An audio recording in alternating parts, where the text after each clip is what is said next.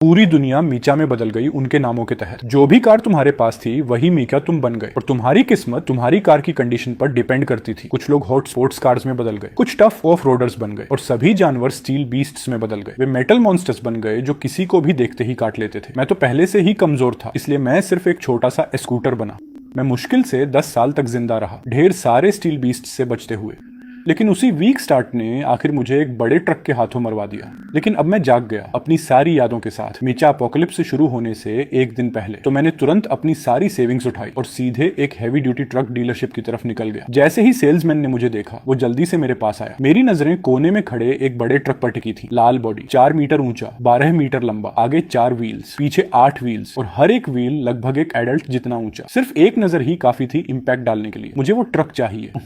आपकी पसंद बहुत बढ़िया है। ये हमारा बिल्कुल नया बलोंग मॉडल है। इसमें V8 इंजन है, वजन 10 टन है। 30 या 40 टन खींचना इसके लिए कोई प्रॉब्लम नहीं है। टॉप स्पीड 110 किलोमीटर प्रति घंटा है। कीमत है 6,80,000। मिनिमम डाउन पेमेंट है 1,60,000। मैं इसे लेता हूँ। सेल्समैन जल्दी से पेपर वर्क शुरू करने चला गया। मुझे बिल्कुल भी नर्वस नहीं था। जैसे ही टाइटल ट्रांसफर हो जाएगा कल मैं एक मेचर ड्राइवर बन जाऊंगा। लोन चुकाने की चिंता भूल जाओ। ट्रक लेने के बाद मैं उसे सीधे एक रिपेयर शॉप ले गया। बॉस, मेरे लिए एक बड़ा नाइफ वेल्ड करो, 8 मीटर लंबा, 1 मीटर चौड़ा। सिर्फ एक साइड को शार्पन करना, ओपन एज बनाना। मुझे ये आज ही चाहिए। बॉस मुझे बाहर निकालने ही वाला था, तभी मैंने उसके सामने 30,000 फेंक दिए। उसका एटीट्यूड तुरंत बदल गया और उसने काम शुरू कर दिया। बॉस तुरंत काम में लग गया। रात 10 बजे तक काम करता रहा और आखिरकार पूरा कर दिया। नाइफ का वजन 800 जिन है। इसका शेप टैंग डायनेस्टी की ब्रॉडसोर्ड जैसा है। सीधी ब्लेड, तिरछा टिप। मैंने नाइफ को ट्रक बेड में रखा और जमकर खाना खाया, फिर ट्रक में ही लेटकर सो गया। चुपचाप मीचा एरा शुरू होने का इंतजार किया। अपने सपने में मुझे लगा मैं गिर रहा हूँ, अनंत अंधेरे में नीचे गिरता जा रहा हूँ। मैं अपने हाथ पैर हिला नहीं पा रहा था और बोल भी नहीं पा रहा था। पता नहीं कितना समय बीत गया। जब मैंने आंखें खोली तो मुझे मशीनों की आवाज सुनाई दी। मैंने नीचे देखा और पाया कि मैं किंग ट्रक बन चुका हूँ। इंसान और ट्रक सच में एक हो गए। मैं ही ट्रक हूँ। फिर सिर्फ एक ख्याल से व्हील्स घूमने लगे। ब्रेक्स, हेडलाइट्स सब अब मेरे दिमाग से कंट्रोल हो रहे थे। बेलोंग एक मशीन की तरह गरजा। सबसे पहले कैब ऊपर उठा, ड्राइव शाफ्ट घूमने लगा, व्हील्स सिकुड़ गए, बड़े रोबोट लेग्स निकल आए, टोर्सो, हेड और आर्म्स सब ट्रांसफॉर्म हो गए। बस कुछ ही सेकंड्स में मैं एक ट्रक से एक टॉवरिंग ट्रांसफॉर्मर बन गया। चमकता हुआ नया लाल रंग और मेरी पीठ पर एक लंबी स्वॉर्ड। तो ये है पावर। पिछली बार मैं सिर्फ एक छोटा स्कूटर था, मुझे कभी असली पावर का एहसास नहीं हुआ। अब मैं पूरी तरह फायर्ड अप हूँ। मैं महसूस कर सकता हूँ कि मैं कितना मजबूत बन चुका हूँ। मेरा शरीर एक 5 मंजिला बिल्डिंग जितना ऊंचा है, लेकिन मेरी मूवमेंट में बिल्कुल भी क्लमसीनेस नहीं है। जब मैं अपने शरीर की आदत डाल रहा था तभी अचानक मुझे दूर से किसी की मदद के लिए चिल्लाने की आवाज आई। चारों तरफ दूसरे मेका ड्राइवर्स भी जागने लगे और म्यूटेंट स्टील बीस्ट्स भी सामने आने लगे। घर के पेट डॉग्स भी 2 गुने आकार के हो गए, अपूरी तरह मेटल, किसी को पहचान नहीं रहे। सभी इंसानों पर हमला कर रहे थे। कैंग एम्पायर, 1 बिलियन लोग, एवरेज हर 5 लोगों के परिवार में एक कार है, तो ज्यादा से ज्यादा 200 मिलियन मेका ड्राइवर्स, मतलब 800 मिलियन अभी भी नॉर्मल लोग। लेकिन जानवर कितने हैं किसी को कोई आइडिया नहीं। लेकिन एक बात पक्की है, उनकी संख्या मेका ड्राइवर्स से सैकड़ों, हजारों, यहाँ तक कि 10,000 गुना ज्यादा है। उसी समय मेचा ड्राइवर्स सब अपने घरों की तरफ भागे, रास्ते में कूदते हुए स्टील एनिमल से लड़ते हुए। मैंने पीछे मुड़कर देखा और 1-2 मीटर लंबा, एक हाथ वाला मेचा ड्राइवर एक मेटल डॉग से लड़ रहा था। वो आदमी जरूर एक 3 व्हीलर रहा होगा। उस डॉग ने उसके एक पैर को अपने जबड़ों में जकड़ रखा था। हर तरफ चिंगारियां उड़ रही थी। लग रहा था कि अब इसका काम खत्म है। तो मैं तुरंत ट्रक फॉर्म में सिकुड़ गया, गैस दबाई और सीधे उस 1 मीटर लंबे स्टील डॉग की तरफ टूट पड़ा। मैंने उसे सीधा कुचल दिया, बीच से 2 टुकड़ों में। वो 3 व्हीलर शॉक में पसीने से भीग गया। धन्यवाद भाई, ये जगह सेफ नहीं है, तुम्हें जल्दी यहाँ से निकल जाना चाहिए, मैंने इतना कहा। फिर वापस अपने 15 मीटर रोबोट फॉर्म में ट्रांसफॉर्म हुआ। जमीन पर पड़े मेटल डॉग को उठाया और उसके सीने में एक हरा क्रिस्टल मिला। मैंने उसे सीधे अपने मुंह में फेंक दिया। ये उस डॉग का पावर कोर है। इसने उसके असली दिल की जगह ले ली थी और यही एक तरीका है जिससे मैक्स इवॉल्व कर सकते हैं। क्रिस्टल्स खाओ, खुद को मजबूत बनाओ। जल्दी ही सबको ये पता चल जाएगा, इसलिए मुझे अब भी जितनी जल्दी हो सके लेवल अप करना होगा। मैं जल्दी से डाउनटाउन की तरफ बढ़ा क्योंकि वहां एक जू है, बड़े जानवरों से भरा हुआ। जब मैं पुरानी मेन स्ट्रीट के पास पहुंचा तो अचानक मैंने स्टील वुल्फ्स का एक झुंड देखा, हर 1-2 मीटर से ज्यादा लंबा, और उनके सामने कई मैच ड्राइवर्स खड़े थे, 7 या 8 स्टील वुल्फ्स और 20 से ज्यादा मैक ड्राइवर्स। मैंने तुरंत बैटल मोड में स्विच किया और वुल्फ्स की तरफ दौड़ पड़ा। मेरी साइज और ब्रूटल स्किल्स ने बाकी सबको दिखा दिया कि असली ताकत क्या होती है। 3 मिनट से भी कम समय में सारे स्टील वुल्फ्स मारे जा चुके थे। मैंने उनके पावर क्रिस्टल्स उठाए और निगल लिए। एक गर्म लहर मेरे अंदर दौड़ गई। मुझे महसूस हुआ कि मैं और भी ज्यादा मजबूत हो रहा हूँ। मेरा आर्मर भी अब बहुत ज्यादा टफ हो गया है। कुछ मिनट बाद मैं डाउनटाउन पहुंच गया। चारों तरफ बस मैक्स और बीस्ट के रेक्स पड़े थे, टाइगर्स, बेयर्स, एलिफेंट्स, हर तरह के बीस्ट। और मैक्स की तरफ डेकिनडेच पीले रंग के ट्रक्स की एक स्क्वाड थी, सब हैवी ड्यूटी, कम से कम 10 मीटर ऊंचे। एक के पास ड्रिल आर्म्स थे, एक बुलडोजर था जिसके पास विशाल मुठ्ठियां थी। लेकिन जो सबसे ज्यादा अलग दिख रहा था वो था एक 20 मीटर ऊंचा बर्फीला दानव। वो इस शहर का माइनिंग डंप ट्रक है। मैं पहले ही अंदाजा लगा सकता हूँ कि पिछले टाइमलाइन में इसे किसने खरीदा था। वो लैंड वॉर गॉड के नाम से मशहूर था, महान वंग कुआन। अगर मैं अब भी बदला नहीं लूं तो फिर कब लूंगा। मैंने उसे 1-7 या 8 मीटर लंबे क्रोकोडाइल से लड़ते हुए देखा। मैंने तुरंत अपनी सोर्ड निकाली और उसकी तरफ दौड़ पड़ा। अरे भाई, मैं मदद करने आया हूँ। एक सफेद ब्लेड की चमक। क्रोकोडाइल हवा में 4 या 5 मीटर तक उछल गया, फिर जमीन पर जा गिरा। हुआंग कुआन ने उस लाल साय को देखा जो तेजी से आया और उसके पेट के आर पार मुक्का मार दिया। फिर उसने कुछ पकड़ा और खा लिया। स्कोर, बड़ी जीत। वो क्रिस्टल मेरी मुट्ठी जितना बड़ा था। मैंने मुस्कुराते हुए अपना पेट सहलाया, पूरी संतुष्टि के साथ। उसके बाद मेरा ट्रक बॉडी और भी ज्यादा चमकने लगा। ये क्रिस्टल उन सभी वुल्फ क्रिस्टल्स से बड़ा था जो मैंने पहले खाए थे। मेरी ताकत देखकर होंगक्वान ने कहा, चलो बाकी इन बीस्ट्स को खत्म करते हैं, फिर बात करेंगे। मैं भी लड़ाई में शामिल हो गया, लेकिन मैं सच में लड़ने का प्लान नहीं कर रहा था। अभी सिर्फ मुझे पता है कि पावर क्रिस्टल्स को अपग्रेड किया जा सकता है। अभी तक किसी और को इसकी खबर नहीं है। मेरे आने से पहले ये ग्रुप पहले से ही स्टील बीस्ट से लड़ रहा था। जमीन पर करीब 7 या 8 बड़े जानवरों की लाशें पड़ी थी। मैं इन्हें यूं ही छोड़ने वाला नहीं हूँ। दोस्तों धन्यवाद, मैं इसे अब्सॉर्ब करके आता हूँ, फिर मदद करता हूँ। मैं मन ही मन सोचता रहा जबकि मैं उन्हें उठाकर फेंकने लगा। सारे क्रिस्टल्स लेने के बाद मेरी ओरा फिर से बदल गई। मेरा लाल बॉडी और भी गहरा हो गया। पहले के छोटे खुले हिस्से गायब हो गए पूरी तरह से। मैं अब और ज्यादा टफ और सिंपल दिख रहा था। मैं आ रहा हूँ दोस्तों। एक तेज डैश। मेरी मुट्ठी ने हवा में धमाकों की एक लड़ी बना दी, फिर जोर से एलिफेंट पर जा लगी। दर्जनों टन का एलिफेंट एक ही मुक्के में गिर गया। होंगक्वान ने उस मैच को गिरते देखा और एलिफेंट भी हैरान लग रहा था। क्या इंतजार कर रहे हो? दिल पर निशाना लगाओ।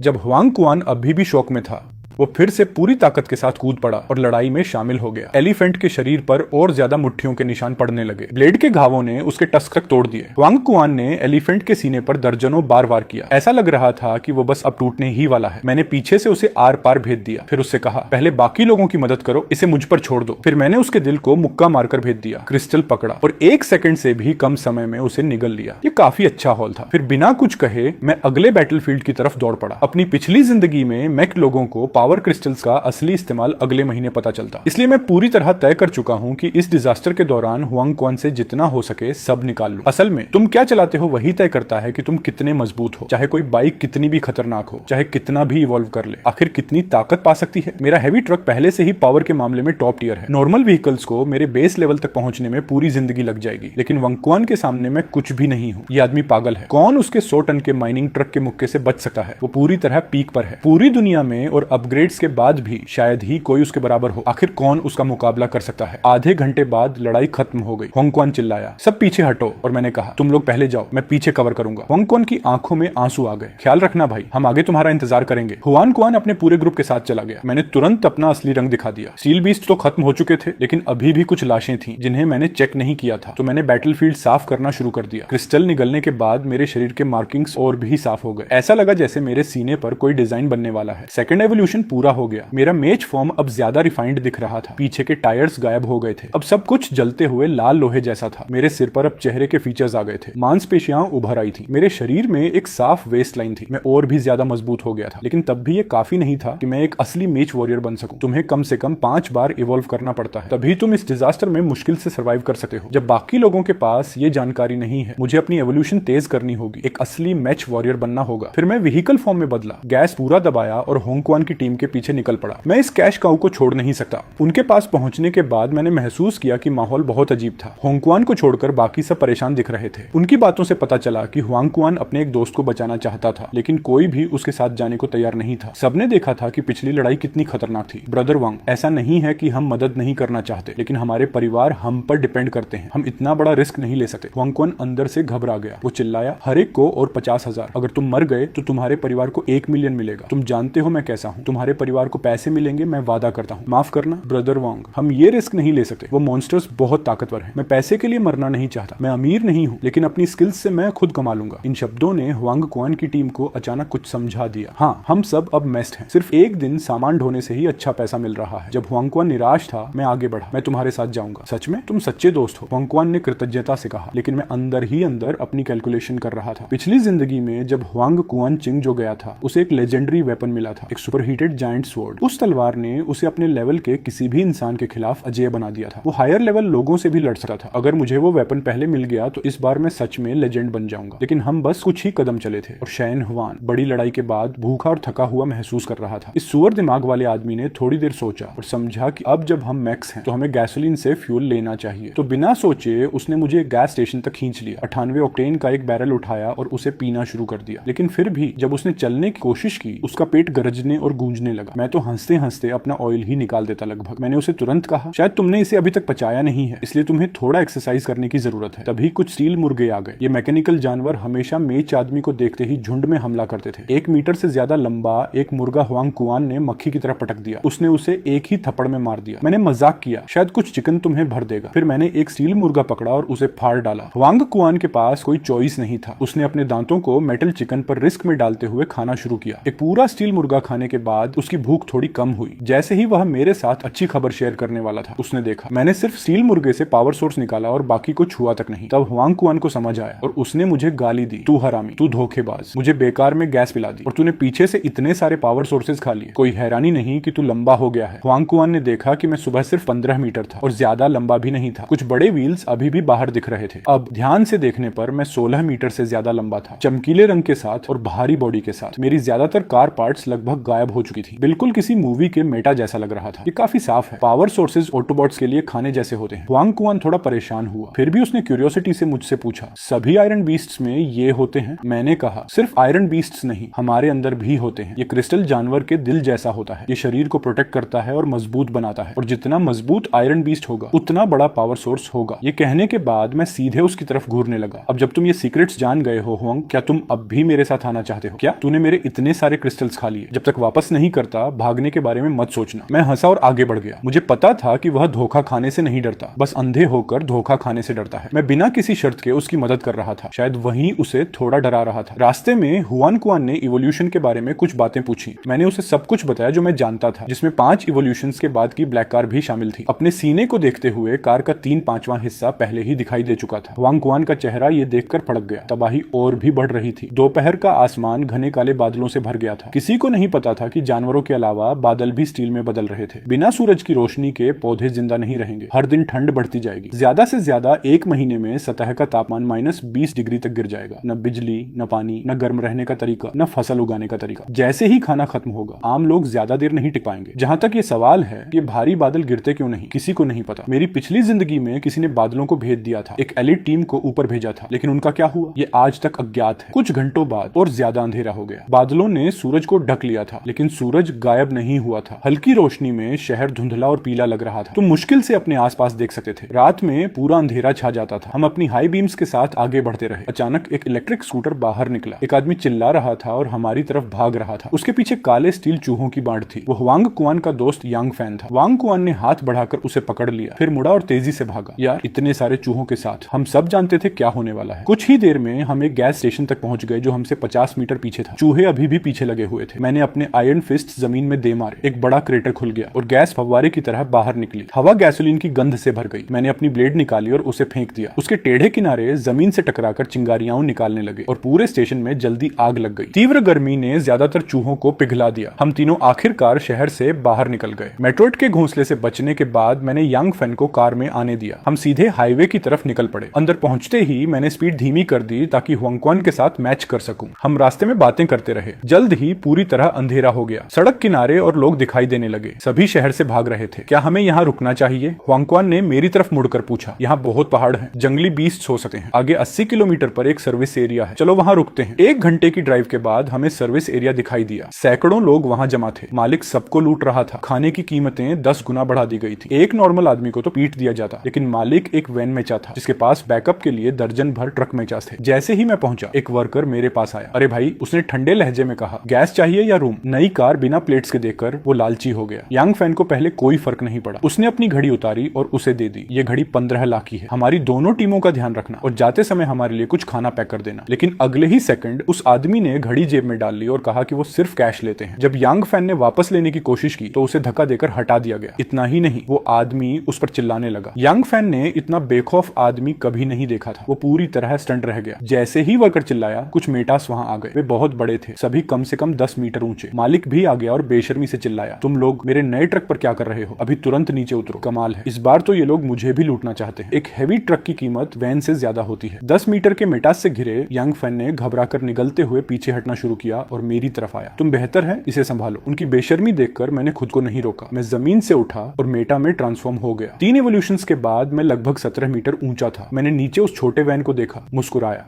और अचानक अपना पैर उठाया। एक जोरदार क्रैश के साथ वैन का सिर उसके सीने में दब गया। उसके पैर टूट गए। एक पल में वो सिर्फ स्क्रैप मेटल बन गया। फिर मैंने बाकी मेटास की तरफ देखा। वे बिना हिचकिचाए मुड़कर भाग गए। मैं 7 या 8 मीटर आगे छलांग लगाई। कुछ ही सेकंड में मैं उनके पास पहुंच गया। मैंने एक पंच मारा और एक को बीच से तोड़ दिया। 5 वफादार मेकस अभी भी बचे थे, अपने बॉस का बदला लेने की कसम खाते हुए। वे सब एक साथ मुझ पर टूट पड़े। मैंने अपना मुक्का घुमाया, फिर एक फ्लाइंग किक और घुटने से वार किया। 1 मिनट से भी कम समय में सबको खत्म कर दिया। ये लड़ाई भी नहीं थी, ये पूरी तरह स्लॉटर था। कुछ ही समय में सारे मेकास खत्म हो गए। देखने वाले लोग डर गए। उन्हें समझ आ गया कि कुछ लोग शुरू से ही फिनिश लाइन पर पैदा होते हैं। व्हीकल टाइप्स बहुत बड़ा फर्क डालते हैं। अगली सुबह जल्दी कंपन की आवाज ने सबको जगा दिया। दर्जनों टैंक्स दूर गरज रहे थे। उनके पीछे एक बड़ी आर्म ट्रूप्स की फोर्स थी। हजारों सोल्जर्स के अलावा हजारों आम लोग भी थे। भीड़ हर जगह थी। अंत दिखाई नहीं दे रहा था। लेकिन जैसे ही मैंने ये देखा, मैंने हुआंग कुआन को पकड़ा और भाग गया। डिजास्टर की शुरुआत में ये अब भी मशीन राइडर्स की दुनिया नहीं बनी थी। एम्पायर अभी भी राज कर रहा था। अगर तुम्हें रॉकेट लॉन्चर्स, टैंक्स और अटैक हेलीकॉप्टर्स का सामना करना पड़े तो क्या तुम नहीं डरोगे? जब भी एम्पायर किसी मशीन राइडर से मिलता, वो हमेशा उन्हें रिक्रूट करने की कोशिश करता। तुम्हें आजादी चाहिए? हाँ, जरा एंटी टैंक रॉकेट लॉन्चर का सामना करके देखो। जब शेप्ड चार्ज फटा है, तापमान 1000 डिग्री से ऊपर चला जाता है। शुरुआती फेज के मशीन राइडर्स तबाह हो जाते थे। बास्केटबॉल जितना बड़ा छेद बन जाता था। दोपहर के आसपास हम बिलिंग माउंटेन पार्क पहुंच गए। ये पहले एक मशहूर इको पार्क था। यहाँ हर तरह के वुल्फ्स, टाइगर्स और लेपर्ड्स थे और बहुत सारे बड़े जानवर भी। अपनी पिछली जिंदगी की यादों की वजह से मुझे पता था कि पास में एक लैब छिपी हुई है। वहीं हुआंग कुआन को उसकी सुपर हीटेड स्वॉर्ड मिली थी। वो स्टील बीस्ट्स खाने के लिए पागल हो रहा था, इसलिए वो सीधे अंदर घुस गया। एक स्टील बीस्ट पकड़ा, उसे फाड़ दिया, तुरंत 2 हिस्सों में बांट दिया। उसका क्रिस्टल बाहर गिर गया। हुआंग कुआन ने उसे उठाया और तुरंत खा लिया। जल्दी ही उसकी असहनीय भूख कम हो गई। जैसे जैसे हम बीइंग पार्क के करीब पहुंचते गए, हमें और ज्यादा स्टील बीस्ट्स मिलने लगे। शेर, बाघ, हाथी और भी बहुत कुछ। अंत में हुआंग कुआन भी स्ट्रगल करने लगा। मुझे कूदकर बीच में आना पड़ा। हुआंग कुआन हार मानने वाला नहीं था। वो मजबूत था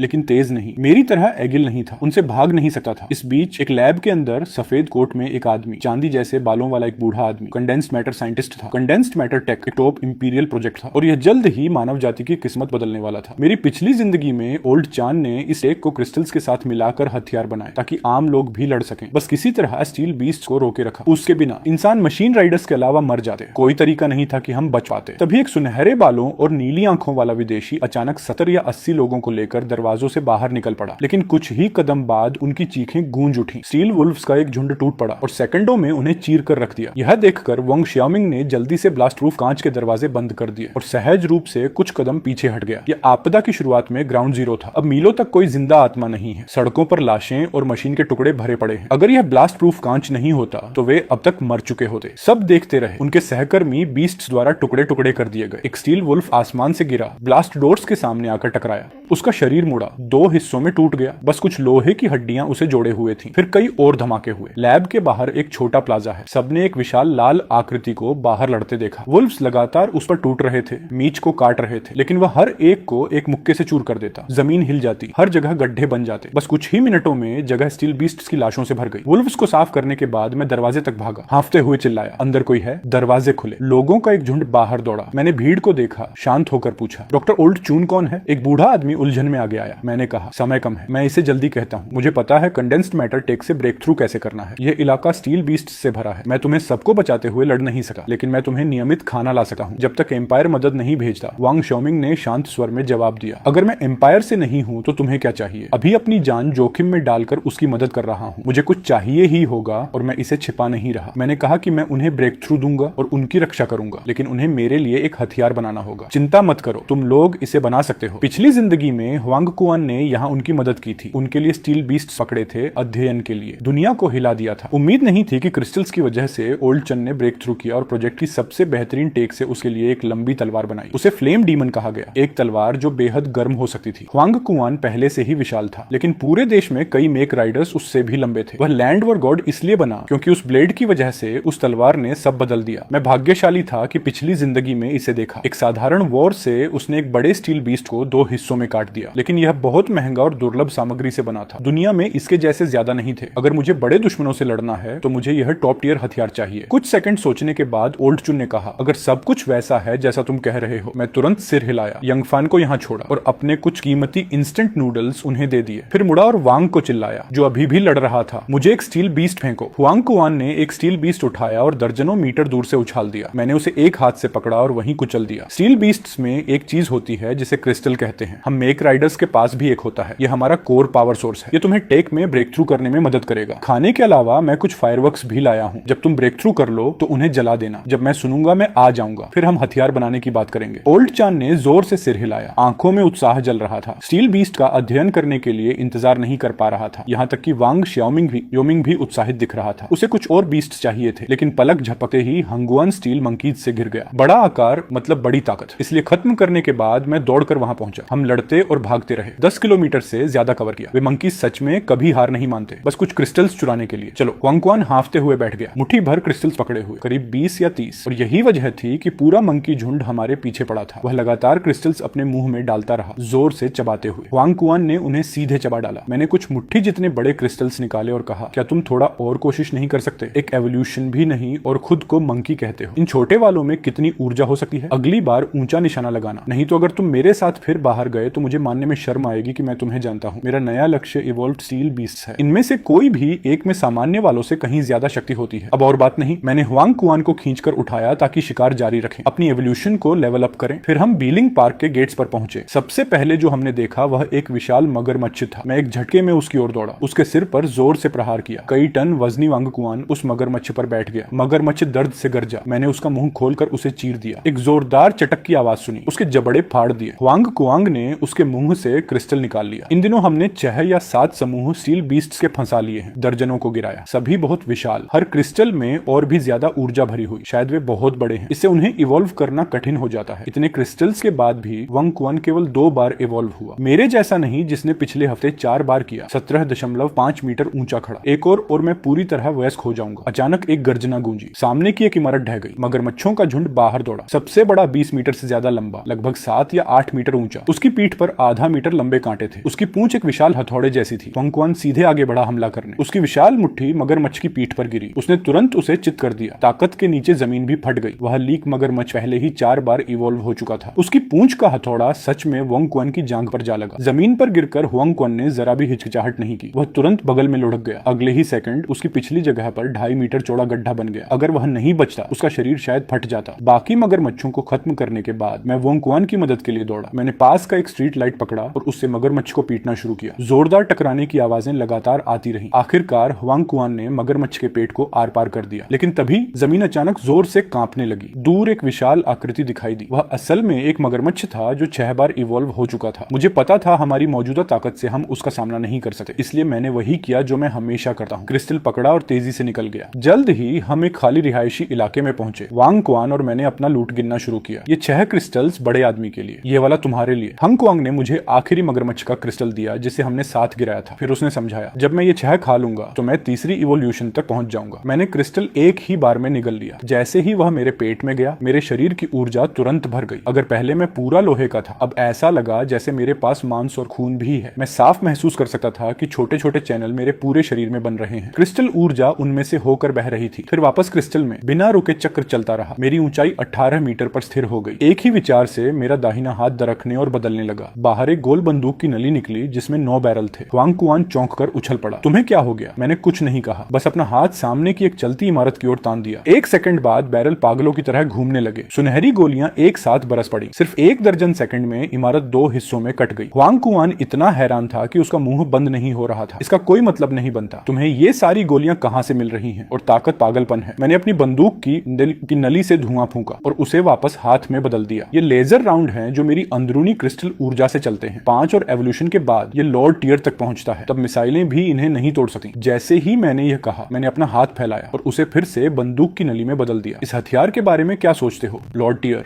इसे एक शॉट वाले लेजर कैनन में बदल देता है। ये एक ही बार में गगनचुंबी इमारत को 2 हिस्सों में काट देगा। वांगकुआन ने जोर से निकला। इस बीच लैब में ओल्ड चून चमकते क्रिस्टल को घूर रहा था। फिर अचानक चिल्लाया, ये काम कर गया। कंडेंसेशन टेक आखिरकार टूट गया। उसने क्रिस्टल को ऊंचा उठाया और लैब में सबको चिल्लाकर कहा, ये सिर्फ टेक ब्रेक थ्रू नहीं है, ये पूरी मानवता की उम्मीद है। लैब से आतिशबाजी देकर मैं उसी दिन दोपहर को वांगकुआन के साथ वहां दौड़ा, एक ट्रक भर सप्लाई लेकर। अब जब मैं वेस्ट स्टेज तक इवॉल्व हो चुका हूं, मैंने चौक में स्टील बीस्ट को अपने लेजर शॉट्स से साफ कर दिया और वे तुरंत गिर गए। ओल्ड चन की आंखें सिकुड़ गईं जब उसने मुझे देखा। उसे पता था मैं इवॉल्व हो चुका हूं। उसकी नजर मुझ पर टिक गई। अब जब कंडेंसेशन टेक तैयार है, तुम चाहते हो हम कौन सा हथियार बनाएं? एक ब्लेड, एक सुपर हीटेड फ्लेम ब्लेड। मुझे नहीं पता इसमें कौन से खास फीचर्स होने चाहिए, इसलिए मैंने बस वही बताया जो मैंने अपनी पिछली जिंदगी में देखा था, रिसर्च सेंटर के ब्लेड्स। तो उन्हें कुछ अंदाजा होना चाहिए, लेकिन जो मैंने उम्मीद नहीं की। इस प्रोजेक्ट का प्रभारी चान का अजय बेटा वोंग शियाओमिंग था। वह बेसमेंट से मशीनें ऊपर लाया, उन्हें मेरे पास लाया और मुझे पूरी तरह स्कैन किया। सब लोग दूरी बनाए हुए थे। वो चीज सच में रेडियोएक्टिव है, बिल्कुल इंसानों के लिए नहीं। अगर ज्यादातर लोग इससे टकरा जाएं तो उनका लीवर और किडनी फेल हो जाएंगे, उनके अंग काम करना बंद कर देंगे। लोगों ने जो कहा उसके मुताबिक ये ब्लेड रॉकेट मटेरियल से बना है। हुआंग कुआंग ने कुछ क्रिस्टल्स उठाए और उन्हें अपने मुंह में ठूंस लिया। धत, क्या ये मिनी कार्ट जहरीला है या क्या? उसने निगल लिया, लेकिन उसके मेक में इवॉल्व होने का कोई संकेत नहीं था। वो सुन्न सा दिखा। मैं दूर से देख रहा था और एक गहरी हंसी छोड़ दी। सच कहूं तो मुझे वांग कुआन से जलन होती है। उसके पास माइनिंग डंप ट्रक हथियार के रूप में है। सिर्फ वही लोग समझते हैं जो अपोकलिप्स से बचे हैं कि अच्छी शुरुआत कितनी मायने रखती है। जिन आम लोगों के पास कोई वाहन नहीं है, उनका मरना और भूखा रहना तय है। मोटरसाइकिल, ट्राइक और वैन। वो बाइकर्स कभी बेसिक जरूरतों की चिंता नहीं करते, लेकिन लड़ाई में कमजोर होते हैं। वो रोड वॉरियर ट्राइब के सबसे निचले स्तर पर होते हैं। हमेशा लड़ाई में cannon fodder, mid level bikers family car चलाते हैं। न बहुत मजबूत न बहुत कमजोर। ऊपर जाने की गुंजाइश मुश्किल से होती है। बस कुछ ही लोग आगे बढ़ पाते हैं। ज्यादातर सामान्य जिंदगी जीते हैं। भारी ट्रक, बड़े एक्सकेवेटर, ऑफ रोडर्स और बुलडोजर ही असली ताकत है। सिर्फ ऐसे बाइकर्स ही इस अराजकता में अपनी जगह बना सकते हैं। रिसर्च सेंटर के न्यूक्लियर प्रूफ दरवाजे आखिरकार खुल गए। यंग फन और वोंग शियाओमिंग बाहर आए। उनकी आंखों के नीचे काले घेरे थे। बाकी सब लोग इस हथियार के लिए फर्श पर सो रहे थे। कई दिनों से उन्होंने नींद नहीं ली थी। सबने वोंग शियाओमिंग की मदद की। जल्द ही दोनों एक काला तलवार का हैंडल लेकर आए। पूरा काला, लगभग 2.5 मीटर लंबा। एक सिरा गोल था, दूसरा ड्रैगन का सिर, मुंह पूरी तरह खुला। वोंग शियाओमिंग रहस्यमयी तरीके से मुस्कुराया। बस इसे आजमा कर देखो, इसके पास वाले स्विच को दबाओ। तो मैंने उसकी बात मानी और हल्के से स्विच दबाया। फिर अगले ही सेकंड मेरी अंदरूनी क्रिस्टल ऊर्जा का 1/4 तुरंत खत्म हो गया। वो मेरी बांग से होते हुए ब्लेड के ड्रैगन मुंह में बह गया। अचानक एक विशाल रोशनी की किरण बाहर निकली। वो 8 मीटर लंबी हो गई, एक लाल ब्लेड का रूप लेते हुए। गर्मी की लहर मेरी तरफ आई। वोंग शियाओमिंग जल्दी से पीछे हट गया, समझाते हुए कि यह तलवार अपने मालिक की क्रिस्टल ऊर्जा को सोखती है, उसे हैंडल के अंदर बदलती है और एक जलती हुई ब्लेड बनाती है। ये ठोस नहीं है, लेकिन बेहद गर्म और घनी है। इस लाइट ब्लेड के 3 सेटिंग्स हैं। पहला 1500 डिग्री सेल्सियस, दूसरा 5000 डिग्री, तीसरा 10,000 से ऊपर। मैंने अपने पैरों से एक जोरदार धक्का दिया और सीधे 3 मंजिला इमारत की ओर दौड़ा। बिना एक शब्द के मैंने लाल चमक के साथ वार किया। ब्लेड चमकी और 3 मंजिला इमारत 2 हिस्सों में कट गई। अब यह है असली हथियार। मैंने ब्लेड को देखा, बहुत संतुष्ट। बस एक कमी, ये क्रिस्टल ऊर्जा बहुत तेजी से खाता है। सबसे हल्की सेटिंग पर एक वार ने मेरी 10वां हिस्सा ऊर्जा खत्म कर दी। कुछ वार और मैं लगभग खाली हो गया। ज्यादा से ज्यादा 2 मिनट तक ही वार कर सका हूं, क्योंकि ये तभी चलता है जब मैं इसमें क्रिस्टल ऊर्जा डालता हूं। चलो इसे ग्राइंडर कहते हैं। मैंने शांति से मुंह खोला और अपने पिछले जीवन का नाम कहा। ग्राइंडर, बढ़िया नाम। वांग कुआन हैरानी से देखता रह गया। ये तलवार तो कमाल है। उस वार के सामने कौन टिक सकता है? ये पूरी गेम बदल देती है। अगर दुर्लभ सामग्री की समस्या ना होती तो हुआंग कुआन जरूर एक और चाहता। अचानक आसमान में आवाज आई। ऊपर देखा, एक हथियार बंद हेलीकॉप्टर शहर के ऊपर घूम रहा था। कुछ सेकंड मंडराने के बाद वो अचानक एक इमारत से टकरा गया। जब सबको लगा कि हेलीकॉप्टर खत्म हो गया, अगले ही सेकंड वो छत पर एक मेक में बदल गया। अचानक उस मेक ने अपना सिर घुमाया और सैकड़ों मीटर दूर लैब की ओर देखा। हंगन ने पहले भी चीजें देखी थी, बस एक नजर में मैं समझ गया कुछ गड़बड़ है। रुक, वो एक मॉडिफाइड अटैक हेलीकॉप्टर है। इसमें कोई वेपन सिस्टम नहीं है। लेकिन अगले ही सेकंड यांगफन उछलकर खड़ा हुआ और अपने दोस्त को हाथ हिलाया। इधर आओ, मैं समझाता हूँ। उसने वांग कुआन और मुझे भी समझाया। कहा, ये मेरा कजिन है यांग। ये हेलीकॉप्टर एक रिटायर्ड मॉडल है। इसके हथियार बहुत पहले हटा दिए गए थे। मेरा कजिन सेना में पायलट था। उसने इसे अपने संपर्कों से हासिल किया। ये बस दिखने में अटैक चॉपर जैसा है, असल में ये लगभग एक सामान्य सिविलियन जैसा है। ये सुनकर मैं खुद को रोक नहीं पाया और बोला, धत, यांग आओ बहुत तेज है। वो सेकंडों में हमारे सामने उतर गया। यांग फैन से मिलने के बाद उसने उस इमारत की ओर देखा जिसे मैंने अब भी काटा था। उसकी आंख हल्की सी फड़क गई। यंगफन ने हमारा परिचय कराया और हम जल्दी ही एक दूसरे से परिचित हो गए। असल में मैं यंगो को भी काफी अच्छे से जानता हूँ। भविष्य में वो बड़ा नाम बनने वाला है। देश में हेलीकॉप्टर दुर्लभ है, अटैक वाले तो और भी ज्यादा दुर्लभ। उन्हें पाना हंगोन के इलाके के माइनिंग ट्रक से भी मुश्किल है। कैटेक्लिज्म ने आसमान को घने बादलों से ढक दिया है। हर जगह मैग्नेटिक इंटरफेरेंस है। सारी उड़ानें बंद हो गई हैं। लंबी दूरी के हेलीकॉप्टर अब सबसे तेज हैं। जमीन का सफर मुकाबला नहीं कर सकता। वो 200 किलोमीटर प्रति घंटा से ज्यादा की रफ्तार पकड़ते हैं। तो उत्तर से दक्षिण बस कुछ घंटे। यांग ए ने यंग फैन को लिया और चिंगजो की ओर उत्तर की तरफ निकल गया। जाने से पहले यंग आओ मुड़ा और इंस्टीट्यूट में सबको बताया। 10 मिनट पहले मैंने क्योटो हेलीकॉप्टर को यहाँ आते हुए देखा। वो तुम्हें लेने आ रहा है। चिंता करने की जरूरत नहीं दोस्तों। लेकिन यांग फान काफी निराश दिखा। वो इंस्टीट्यूट के सभी लोगों को चिंगजो ले जाना चाहता था। उसने उनके साथ कुछ दिन बिताए थे। वो समझ चुका था कि वो सॉलिड स्टेट टेक कितनी पागल है। ये पूरा गेम बदलने वाली है। और ऊपर से वांग शियाओमिंग, वो जीनियस हथियार डिजाइनर। अभी के लिए ये सब छोड़ो, जरा सोचो, दर्जनों वैज्ञानिक पीछे छूट जाएंगे। यांग फन ने उसी वक्त डैशबोर्ड पर मुक्का मारा। अगर यांग आ ने उसे ये नहीं बताया होता कि एम्पायर का हेलीकॉप्टर आ रहा है तो वो आज ओल्ड चून और वोंग शियामिन को साथ ले जाता। यांगफन और उनके जाने के बाद मैंने तुरंत हुआंग को पकड़ा और निकलने की तैयारी की। कैटाक्लिज्म की शुरुआत में बहुत मौके होते हैं। मैं सच में नहीं चाहता कि एम्पायर मुझे बहुत जल्दी भर्ती कर ले। हम निकलने के थोड़ी देर बाद अटैक हेलीकॉप्टर्स का एक दस्ता आ गया। 15 हेलीकॉप्टर। उनके काले शरीर बंदूक की नालों और गोले से ढके हुए थे। रिसर्चर हाथ हिला रहे थे और चिल्ला रहे थे। कुछ तो लगभग रो पड़े। कैमो में सैनिकों का एक समूह हेलीकॉप्टर से उतरा। सबके पास मशीन गन थी। लीड अधिकारी ने काले चश्मे पहने थे। मैं एम्पायर की तरफ से तुम्हें लेने आया हूँ। जल्दी से हेलीकॉप्टर में चढ़ो। मैं तुम्हें इंपीरियल राजधानी ले जाऊंगा। इंस्टीट्यूट की ओर देखते हुए ओल्ड चान गहराई से भौहें सिकोड़ ली। यहाँ के उपकरण का क्या होगा? माफ करना, हम इसे नहीं ले जा सकते। सबसे अच्छा यही है कि इसे नष्ट कर दिया जाए। ये सुनकर रिसर्चर घबरा गए। नहीं, यहाँ का सामान अनमोल है, बहुत ज्यादा कीमती। हम इसे नष्ट नहीं कर सकते। जंग शेमिंग के बेसमेंट में बॉम्ब प्रूफ कोड लॉक है। कोई अंदर नहीं जा सकता। सही समय पर हम वापस आ सकते हैं। ठीक है, चढ़ो और समय बर्बाद मत करो। इसी दौरान पार्क के पास एक मोहल्ले में मैं होंग कुआन के साथ रुका। मैंने हुआंग कुआन से कहा, जैसे ही वो उड़ान भरेंगे हम सारा सामान चुरा लेंगे। जैसे ही हमें सामग्री मिल जाए हम वांग शोमिंग को उठा लेंगे और उससे हमारे लिए हथियार बनवाएंगे। सच कहूं तो सामान चुराना भी हमारे लिए काम का है, लेकिन मेरे अपने कारण है। मैं नहीं चाहता कि फ्लेम डीमन जैसे हथियार एम्पायर के हाथों में जाएं। इंपीरियल राजधानी अभी अराजकता में है। नए पावर प्लेयर्स उभर रहे हैं। उन्हें अब भी नहीं पता कि वांग शियोमिंग ने फ्लेम डीमन बनाया है। जैसे ही उन्हें पता चलेगा वो उपकरण लेने आएंगे और डेटा और मशीनें ले जाएंगे। बहुत जल्द हम दूसरा या तीसरा फ्लेम डीमन देखेंगे जो आयरन बीस्ट को मार रहा होगा। ठीक है, लेकिन अगर वो इन्हें उन बाइकर्स पर इस्तेमाल करें जो झुकेंगे नहीं तो वो डरावना है। आधे घंटे बाद हमें यकीन हो गया कि एम्पायर वाले जा चुके हैं। मैं होंग क्वान के साथ चुपके से लैब में गया। होंग क्वान ने मुक्का मारा और न्यूक्लियर प्रूफ कांच टूट गया। लेकिन फिर अगला दृश्य हम दोनों के लिए अजीब था। होंग क्वान खुद को रोक नहीं पाया और बोला, ये दरवाजा बहुत छोटा है। अब और बात नहीं। मैंने तुरंत फ्लेम डीमन निकाला। ताकत एक सर बढ़ाई। ब्लेड लाल चमका और मैंने इसे इंस्टीट्यूट की छत पर मारा। जल्द ही हमने इसे काट दिया। अंदर का ढांचा दिखने लगा। सैकड़ों कंप्यूटर और विशाल मशीनें 3 या 4 मीटर ऊंची। ढेर सारे ट्रांजिस्टर और सील दस्तावेज। फिर मैंने होंग कुआन से कहा, सब कुछ पैक करना शुरू करें। 10 मिनट बाद भूमिगत लैब पूरी तरह खाली हो गया। इंस्टीट्यूट छोड़ने के बाद हम तुरंत नहीं निकले। एक जगह ढूंढी और सब कुछ दफना दिया। अभी के लिए शांत रहना बेहतर है। पहले थोड़ा आराम करते हैं। अगले दिन हम डीप नॉर्थ शहर छोड़ गए। अगला ठिकाना हंडोंग, एक टॉप टियर शहर, आबादी 60 मिलियन। हाईवे पर होंग कुआन ने पूछा, तुम चिंगजो जाने के लिए जल्दी कर रहे थे, क्या वो कुछ जरूरी था? वो सच में जरूरी था। अब उतना नहीं। ये सुनकर होंग कुआन उत्साहित हो गया। अगर जरूरी नहीं है तो चलो कुछ समय हंडोंग में बिताते हैं और मॉन्स्टर्स को साफ करते हैं। लेवल बढ़ाना हमारी सबसे बड़ी प्राथमिकता है। जब वो आयरन बीस्ट्स इवोल्व हो जाते हैं उन्हें मारना एक बुरा सपना बन जाता है। अभी मजबूत बनने पर ध्यान देते हैं। एक दिन बाद हम हैंडोंग में दाखिल हुए। हम तुरंत राजधानी की ओर नहीं गए, लेकिन जैसे ही हम यहाँ पहुंचे मुसीबत सामने आ गई। हर जगह रोड ब्लॉक। दर्जनों बाइकर रोबोट्स हमें घूर रहे थे। सबके हाथ में नई असॉल्ट राइफल्स। उन्होंने हमें सड़क पर घेर लिया। ये बाइकर बोट्स हर आकार के थे, वैन, सेडान, यहाँ तक कि मोटरसाइकिल और स्कूटर। मोटो बोट्स इंसान के आकार के थे, छोटे और कम ताकत वाले। एक नीले 9 हाथ वाले अल्टो ने मुझ पर चिल्लाया, तुम्हारा नाम क्या है? तुम यहाँ क्या कर रहे हो? लांगक्वांग ने बंदूक की नाल की ओर देखा, पीछे हटा और कहा, अरे आदमी शांत रहो, मैं होंग क्वान हूँ। मैं और मेरा भाई डीप नॉर्थ से आए हैं इस आपदा से बचने के लिए। छोटे सफेद साइकिल बोट ने पेन उठाया और हमारी जानकारी एक कागज पर लिख दी। फिर आल्टो ने कहा, इंसानों की रक्षा करना सबका काम है। अब से तुम दोनों भर्ती हो। तुम्हें खाना और रहने की जगह मिलेगी। बस जान लो, यहाँ के सभी गैस स्टेशन हमारे कंट्रोल में है। किसी बाहरी को ईंधन नहीं मिलता। हंगन चुप रह गया। भाई, क्या तुम्हें अपने टैंक की आवाज नहीं सुनाई देती? किससे फर्क पड़ता है? सबके टैंक आवाज करते हैं और हम यहाँ आयरन बीस्ट के शव भी देते हैं। जब खाओ पूरा एक खत्म करना, नहीं तो काम नहीं करेगा। हंगन ने मेरी तरफ जवाब के लिए देखा, लेकिन अगले ही सेकंड मैंने सिर हिलाया और मान गया। नीले अल्टो ने सूंघते हुए कहा, समझदारी भरा फैसला। उन्होंने अपनी बंदूकें नीचे की और रास्ता दिखाया। मैं पीछे पीछे चला। हम वैसे भी आयरन बीस्ट का शिकार करने वाले हैं तो इन्हें मदद ही कर देते हैं। लगभग 10 मिनट बाद हम सड़क के किनारे पहुंचे। दूर से हर जगह आयरन बीस्ट दिखाई दे रहे थे। हम सीधे अंदर नहीं घुसे बल्कि एक इमारत के पीछे छिप गए। ब्लू अल्टो ने योजना बताई। गनर बारी बारी से बाएं और दाएं, कदम दर कदम आगे बढ़ेंगे। पहले सड़क का मोड़ लो, फिर टीम एक बाईं तरफ और टीम 2 दाईं तरफ। तुम नए लोग बड़े हो तो पहले तुम जाओ। भागने की कोशिश की तो तुम्हें छलनी बना देंगे। वाह, शुरू होने से पहले ही धमकी। हमने कहा ठीक है। फिर अगले ही सेकंड मैं अपने मेटा में बदल गया। मैंटिस फिस्ट भी। हम दोनों पीछे खड़े थे, विशाल दिखते हुए। आसमान फिर थोड़ा और अंधेरा हो गया। बंदूक पकड़े बाइकर्स के हाथ कांप रहे थे। बाकी सब बस घूर रहे थे, हैरान। सिर्फ ब्लू अल्टो सड़क की ओर देख रहा था। आगे की सड़क पर नजरें टिकाए। 4 मीटर ऊंचा स्टील बीस्ट, 2 पर रोशनी जली। ये लड़ाई मुश्किल होने वाली है।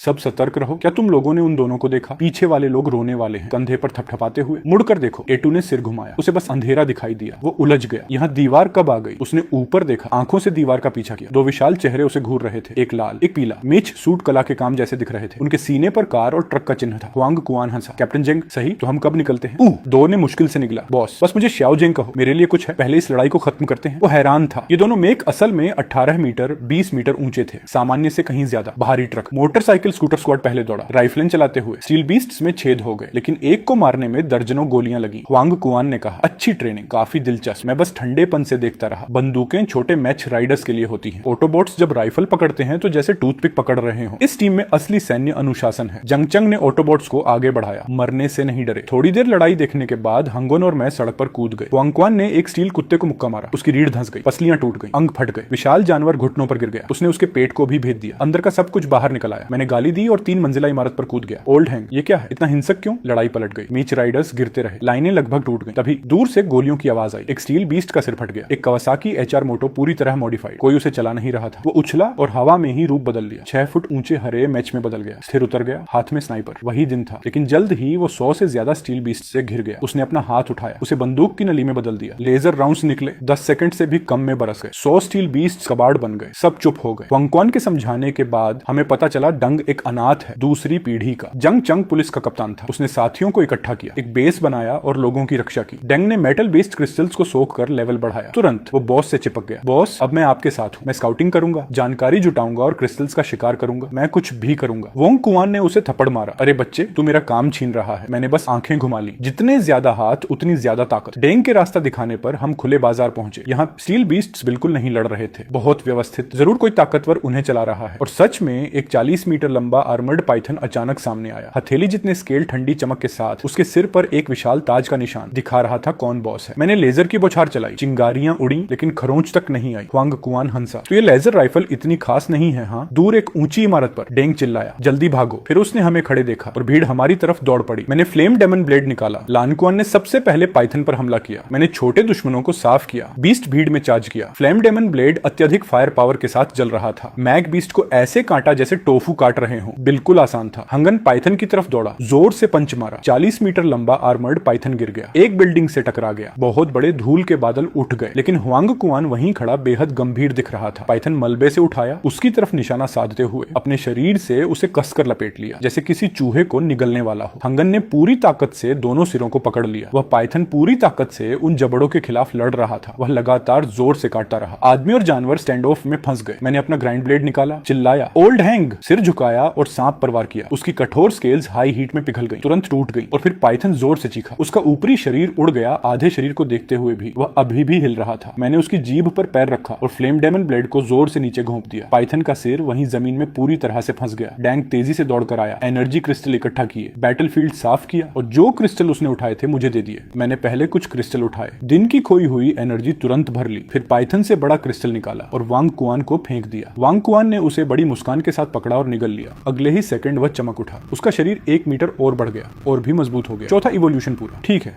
आज के लिए खत्म करते हैं, बेस वापस चलते हैं। पूरा यूनिवर्सिटी एक फोर्ट्रेस बन गया था। कैंपस में कदम रखते ही कपल्स हाथ पकड़कर चल रहे थे। सब बहुत शांत। बुजुर्ग और बच्चे हर जगह हंस रहे थे। पोस्ट एपोकैलिप्स की कोई भी गंदगी नहीं थी। हुआंग कुआन और मैं शहर के बाहर नदी के पास आए। वह लड़का खुद ही हमारे साथ चलने पर अड्डा हुआ था, इसलिए वह हमारे साथ ही रहा। हम थोड़ी ही दूर चले थे कि मुझे कुछ अजीब लगा। जमीन कंपन करने लगी। आगे नदी पर वेव्स फैल गई। दूर से बीस्ट्स का झुंड पागल होकर दौड़ रहा था। हर जगह स्टील बीस्ट्स थे। हजारों लोगों और मेक राइडर्स को चला रहे थे। अगर पकड़े गए तो तुरंत फट जाते। वे दूसरे बेस से आए थे। इतने सारे स्टील बीस्ट्स देखकर मैं सच में एक्साइटेड हो गया। साफ बात है, जो मारेगा वही क्रिस्टल रखेगा। इसके साथ मैं वांग कुआन के साथ डाउनटाउन की तरफ निकल पड़ा। यूनिवर्सिटी के अंदर जैसे ही खबर फैली, हर कोई घबरा गया। पूरा स्टील बीस्ट अटैक हो गया था। जो लोग समय पर नहीं भाग पाए, उन्हें तुरंत मेटल फ्लड ने खा लिया। यहाँ तक कि स्लो ऑटोबोट्स भी फट गए। उसी समय मैं एक टूटी हुई ऑफिस बिल्डिंग के पास छिप गया। स्टैम्पीड के आने का इंतजार किया, फिर पास की बिल्डिंग पर पंच मारा। वह पहले से ही छेदों से भरी थी। एक पंच में वह गिर गई। कई स्टील बीस्ट कुचल गए और सड़क ब्लॉक हो गई। बहुत सारे बीस्ट्स बाहर फंस गए। मैंने अपना हाथ गेटलिंग गन में बदल दिया, ऊपर उठाया और येलो लेजर राउंड्स छोड़ दिए। गोलियां बारिश की तरह गिर रही थी। स्टील बीस्ट्स को पतली सड़क में फंसा रही थी। उन्हें भागने का कोई रास्ता नहीं था। वे लगातार गिरते गए। मेरी एम्बुश में फंसे करीब 200 से 300 रेगुलर स्टील बीस्ट थे। उसी समय एक सुअर जैसा स्टील बीस्ट कोने से चार्ज करके आया। मैंने सीधे 12 मीटर लंबे सुअर पर पंच मारा। उसके टस्क अगले ही सेकंड टूट गए। उसका सिर टुकड़ों में उड़ गया। सुअर बीस्ट को खत्म करने के बाद मैंने छिपे हुए डैंग पर चिल्लाया, मैं बाकी का पीछा कर रहा हूँ, तुम पीछे आओ। सारे क्रिस्टल निकालो। ये सुनकर डैंग दीवार से कूद गया और क्रिस्टल खोदने लगा। हर जगह पड़े मरे हुए स्टील बीस्ट को देखकर कुछ मिनट बाद फायरिंग की आवाज के साथ डैंग अगली जगह पर बोरी लेकर पहुंचा। पूरा इलाका तबाह हो चुका था। हर जगह गिरी हुई बिल्डिंग्स और स्टील बीस्ट्स की लाशें थी। यहाँ बहुत सारे बीस्ट थे, कुछ जो 4 बार इवॉल्व हो चुके थे। जब वह वहां पहुंचा, उसने मुझे मलबे पर अकेले बैठे देखा। वह जल्दी से आया और मुझे बोरी दी, फिर वापस जाकर और क्रिस्टल खोदने लगा। मैंने बोरी खोली, डैंग के सामने ही कुछ क्रिस्टल निकाले और उन्हें मुट्ठी भरकर खाने लगा। मेरी स्टेमिना तेजी से खत्म हो रही है, मुझे तुरंत रिचार्ज करना करना है बहुत तेज। जैसे ही होंग क्वान और डंग देखते रहे, कई बैग क्रिस्टल साफ हो गए। होंग पर कैसा रहेगा? होंग क्वान सीक्रेटली बहुत एक्साइटेड था। ठीक है, लेकिन साफ बात है तुम यनमो का यूज नहीं कर सकते। मैं जोर से हंस पड़ा। न सिर्फ मैं उसे यूज नहीं करूंगा, मैं सिर्फ एक हाथ यूज करूंगा। यह आदमी अभी अभी अपना एडल्ट स्टेज पर पहुंचा था। वह नीचे झुक गया, जोर से पुश ऑफ किया और एक स्प्रिंग की तरह आगे लॉन्च हो गया। एक अपर कट सीधे मेरे चेहरे की तरफ एम्ड था। मैंने आधा कदम पीछे लिया, आसानी से पंच को डॉज कर दिया। फिर मैंने अपनी लेफ्ट फिस्ट को क्लेंच किया। मेरी फिस्ट से लेकर शोल्डर तक वह पिच ब्लैक हो गया। मैंने वह पंच उसके पेट में स्लैम कर दिया। होंग क्वान का चेहरा तुरंत बदल गया। वह एक वाइड आर्क में पीछे उड़ गया, 10 मीटर दूर क्रैश होकर गिरा और धूल का क्लाउड उठ गया। डैंग के हाथ में जो क्रिस्टल्स थे वह जमीन पर गिर गए बिना किसी ने नोटिस किया। वह बस वहीं 3 पूरे मिनट्स तक स्टंड खड़ा रहा। फिर होंग क्वान आखिरकार क्रॉल करके उठा, मेरी पिच ब्लैक आर्म को घूरते हुए। उसकी पिल्स श्रिंक हो गई। ये कैसा पंच है? उस मोमेंट पर मुझे लगा जैसे तुम मेरे थ्रू पंच कर दोगे। वह ब्लैक कलर धीरे धीरे फेड हो गया। नॉर्मल। ये मेरी 6th एवोल्यूशन है। 6th से शुरू होकर बॉडी को एक एक्स्ट्रा लेयर मिलता है। मैं इसे आर्मेमेंट कहता हूँ। स्ट्रेंथ और टफनेस दोनों स्काई रॉकेट हो जाते हैं। यहाँ तक कि रॉकेट भी इसे पियर्स नहीं कर सका। जब यह पूरे बॉडी को कवर कर लेता है, वह लॉर्ड लेवल है। असल में हजारों क्रिस्टल्स खाने के बाद मैंने अभी 6th एवोल्यूशन हिट किया है। मैंने अपनी टीम को यहाँ रेस्ट करने को कहा, जबकि मैं कुछ आयरन बीस्ट्स ढूंढकर प्रैक्टिस करने गया। मैंने अपनी पिछली लाइफ में सिर्फ एडल्ट स्टेज तक पहुंचा था। मुझे यह नया पावर जल्दी मास्टर करना होगा। मैंने अपने आर्म को आर्मर से शील्ड किया, जानबूझकर मॉन्स्टर्स को मुझ पर बाइट करने दिया। आधे घंटे से ज्यादा अपनी डिफेंस टेस्ट की। मैंने स्मूथली वीमो अनशीथ किया। इन स्ट्रैगलर्स को खत्म करने का टाइम है। मैं सेकंड गियर को लेकर क्यूरियस था। मैंने ब्लेड को उसकी लिमिट तक पुश किया। यह चीज हाई पावर पंप की तरह है, मेरी एनर्जी को पागल की तरह ड्रेन कर रही है। ब्लेड 8 से 10 मीटर के बीच ग्लो कर रहा था। मेरे आसपास टेम्परेचर सर्ज कर रहा था, जैसे मैं सूख जाऊंगा। आउटपुट फाइनली स्टेबलाइज हुआ। ब्लेड अभी भी 8 मीटर लंबा था, लेकिन वह ब्लड ड्रिपिंग रेड था। 2 मीटर के अंदर की हवा इंटेंस हीट से वॉप हो गई थी। मैंने 20 मीटर की ऑफिस बिल्डिंग को एम किया। वाईएमओ को दोनों हाथों से उठाया। मैंने एक वायलेंट डाउनवर्ड स्ट्राइक किया। स्विंग के तुरंत बाद मैंने पावर को फर्स्ट गियर पर वापस कर दिया। मेरी इंटरनल एनर्जी दूसरा ड्रेन हैंडल नहीं कर सकी। सिर्फ 2 सेकंड बाद उस बिल्डिंग के सेंटर में एक स्ट्रेट ब्लैक लाइन दिखाई दी। मैंने उसे हल्का पुश किया। आधी बिल्डिंग कोलैप्स हो गई, एक मिरर स्मूथ कट रिवील करते हुए। मैं खुद भी शॉक में गास कर गया। फर्स्ट गियर 1500 डिग्री है, लेकिन सेकंड गियर 5000 तक पहुंच गया। ये इनसेन शार्पनेस इस ब्लेड के साथ किसी भी टॉप टियर आर्मर को कट कर सकता है। मैं तो लॉर्ड लेवल बीस्ट को भी चैलेंज कर सकता हूँ। हाई लेवल किल्स अब आसान हैं, लेकिन मेरी करंट एनर्जी सिर्फ एक पीक स्ट्राइक अलाउ करती है। ये परफेक्ट है सरप्राइज अटैक के लिए, किसी स्ट्रॉन्ग फो को ऑफ गार्ड पकड़ने के लिए। ये उन्हें डेफिनेटली खत्म कर देगा। उसी समय मैंने नियर बाय स्ट्रीट की तरफ देखा। मेरा पुराना फ्रेंड जंग चिंग सर्वाइवर्स को कवर करते हुए भागने में हेल्प कर रहा था। उनके पीछे दर्जनों विशेष आयरन बीस्ट्स फॉलो कर रहे थे। ग्रुप कॉर्नर मुड़ते ही फ्रीज हो गया, कंप्लीटली स्टंट। सभी मुझे वाइड आइज से घूर रहे थे। इस 18 मीटर टॉल रेड मना पर उनके दिमाग उस बिल्डिंग स्लाइसिंग सीन पर स्टक थे। जांग चंग होश में आया। उसने ग्रुप को चिल्लाकर कहा, भागो, अपनी जान बचाओ। लेकिन जब उसने पीछे देखा, फेरोशियस मॉन्स्टर्स गायब हो चुके थे। उन बीस्ट्स ने मुझे पहचान लिया था। मौत का गॉड जिसने उनकी स्पीसीज को मार दिया था। वे डरकर पीछे मुड़कर भाग गए। कुछ तो गिर भी पड़े, जल्दी से एस्केप करने की कोशिश करते हुए। एनिमल इंस्टिंक्ट ने बताया कि मिलना मतलब डेथ है। मैंने बस एक क्विक ग्लांस डाला और उसने उन बीस्ट्स को, सर्वाइवर्स को भी टेरराइज्ड कर दिया। हवा में लोगों के गल्प करने की आवाज भर गई। किसी ने शौक में पूछा, वह कौन है जो सिर्फ लुक से उन्हें डरा देता है? जांग चांग ने साई के साथ मेरी तरफ देखा और सबको मेरा नाम बताया। उसकी नजर में मैं बाकी लोगों के मुकाबले टोटल चीटर था। आखिर हम सब एक ही टाइम पर मेटामैन बने थे। फिर मैं ही इतना स्ट्रॉन्ग क्यों हूँ? एब्सर्डली पावरफुल। जंग चैंग और मैं मिल गए। डैंग ने पीछे देखा अपने हजारों फॉलोअर्स की तरफ। उसकी आंखें लगभग बाहर आ गई। उसे पता था कि सर्वाइवर्स कितने अनग्रेटफुल हो सकते हैं। उसे उम्मीद नहीं थी कि जंग चंग इतना सॉफ्ट हार्टेड होगा, इतने बर्डन साथ लेकर चल रहा है। जेंग चांग ने साई किया। होर्ड ने जोर से अटैक किया। मैं जितनों को बचा सकता हूँ बचाऊंगा। यहाँ प्रेग्नेंट विमेन और बच्चे हैं, वह उन्हें पीछे नहीं छोड़ सकता था। वांग कुआन ने रब्बल पर झुकर उन्हें इग्नोर कर दिया। उसने लेजली रिफ्यूजीज से कहा, यहाँ के सारे बीस्ट्स डेड हैं, जिंदा रहना है तो जाकर फूड ढूंढो। जेंग चांग ने उसे धन्यवाद दिया, फिर तुरंत सिविलियंस पर चिल्लाया, अभी जाकर सप्लाईज ढूंढो। उसकी कितनी निर्णायकता हो गई थी यह देखकर मैंने सहमति में सिर हिलाया। वह सच में मैच्योर हो गया था। मैंने अपनी टीम को अगले हंटिंग ग्राउंड में मूव करने के लिए तैयार होने को कहा। जेंग चांग ने डिंग को आवाज लगाई और कस्टम स्नाइपर राउंड्स के कुछ बॉक्स फेंक दिए। डिंग ने बिल्कुल भी हिचकिचाया नहीं। उसने कई प्योरीफाइड क्रिस्टल्स निकालकर जेंग चांग्स के हाथों में ठूंस दिए और भाग गया। हुआंग कुआन को यह मजेदार लगा, इसलिए उसने 2 लेवल 3 क्रिस्टल्स फेंक दिए। उसने हंसते हुए कहा, जंग चांग ने वो कर दिया जो वो कभी नहीं कर सकता था। चलो कभी साथ में कुछ गैस ड्रिंक करते हैं। शहर का धुआं हवा में घूम रहा था। हमारी तीनों परछाइयां ग्रे होराइजन में धुंधली हो गईं। सिर्फ जंग चंग क्रिस्टल्स के साथ वहीं रह गया, हमें गहरी नजर से देखते हुए। अगले शहर की ओर जाते समय मैंने कुछ रूल्स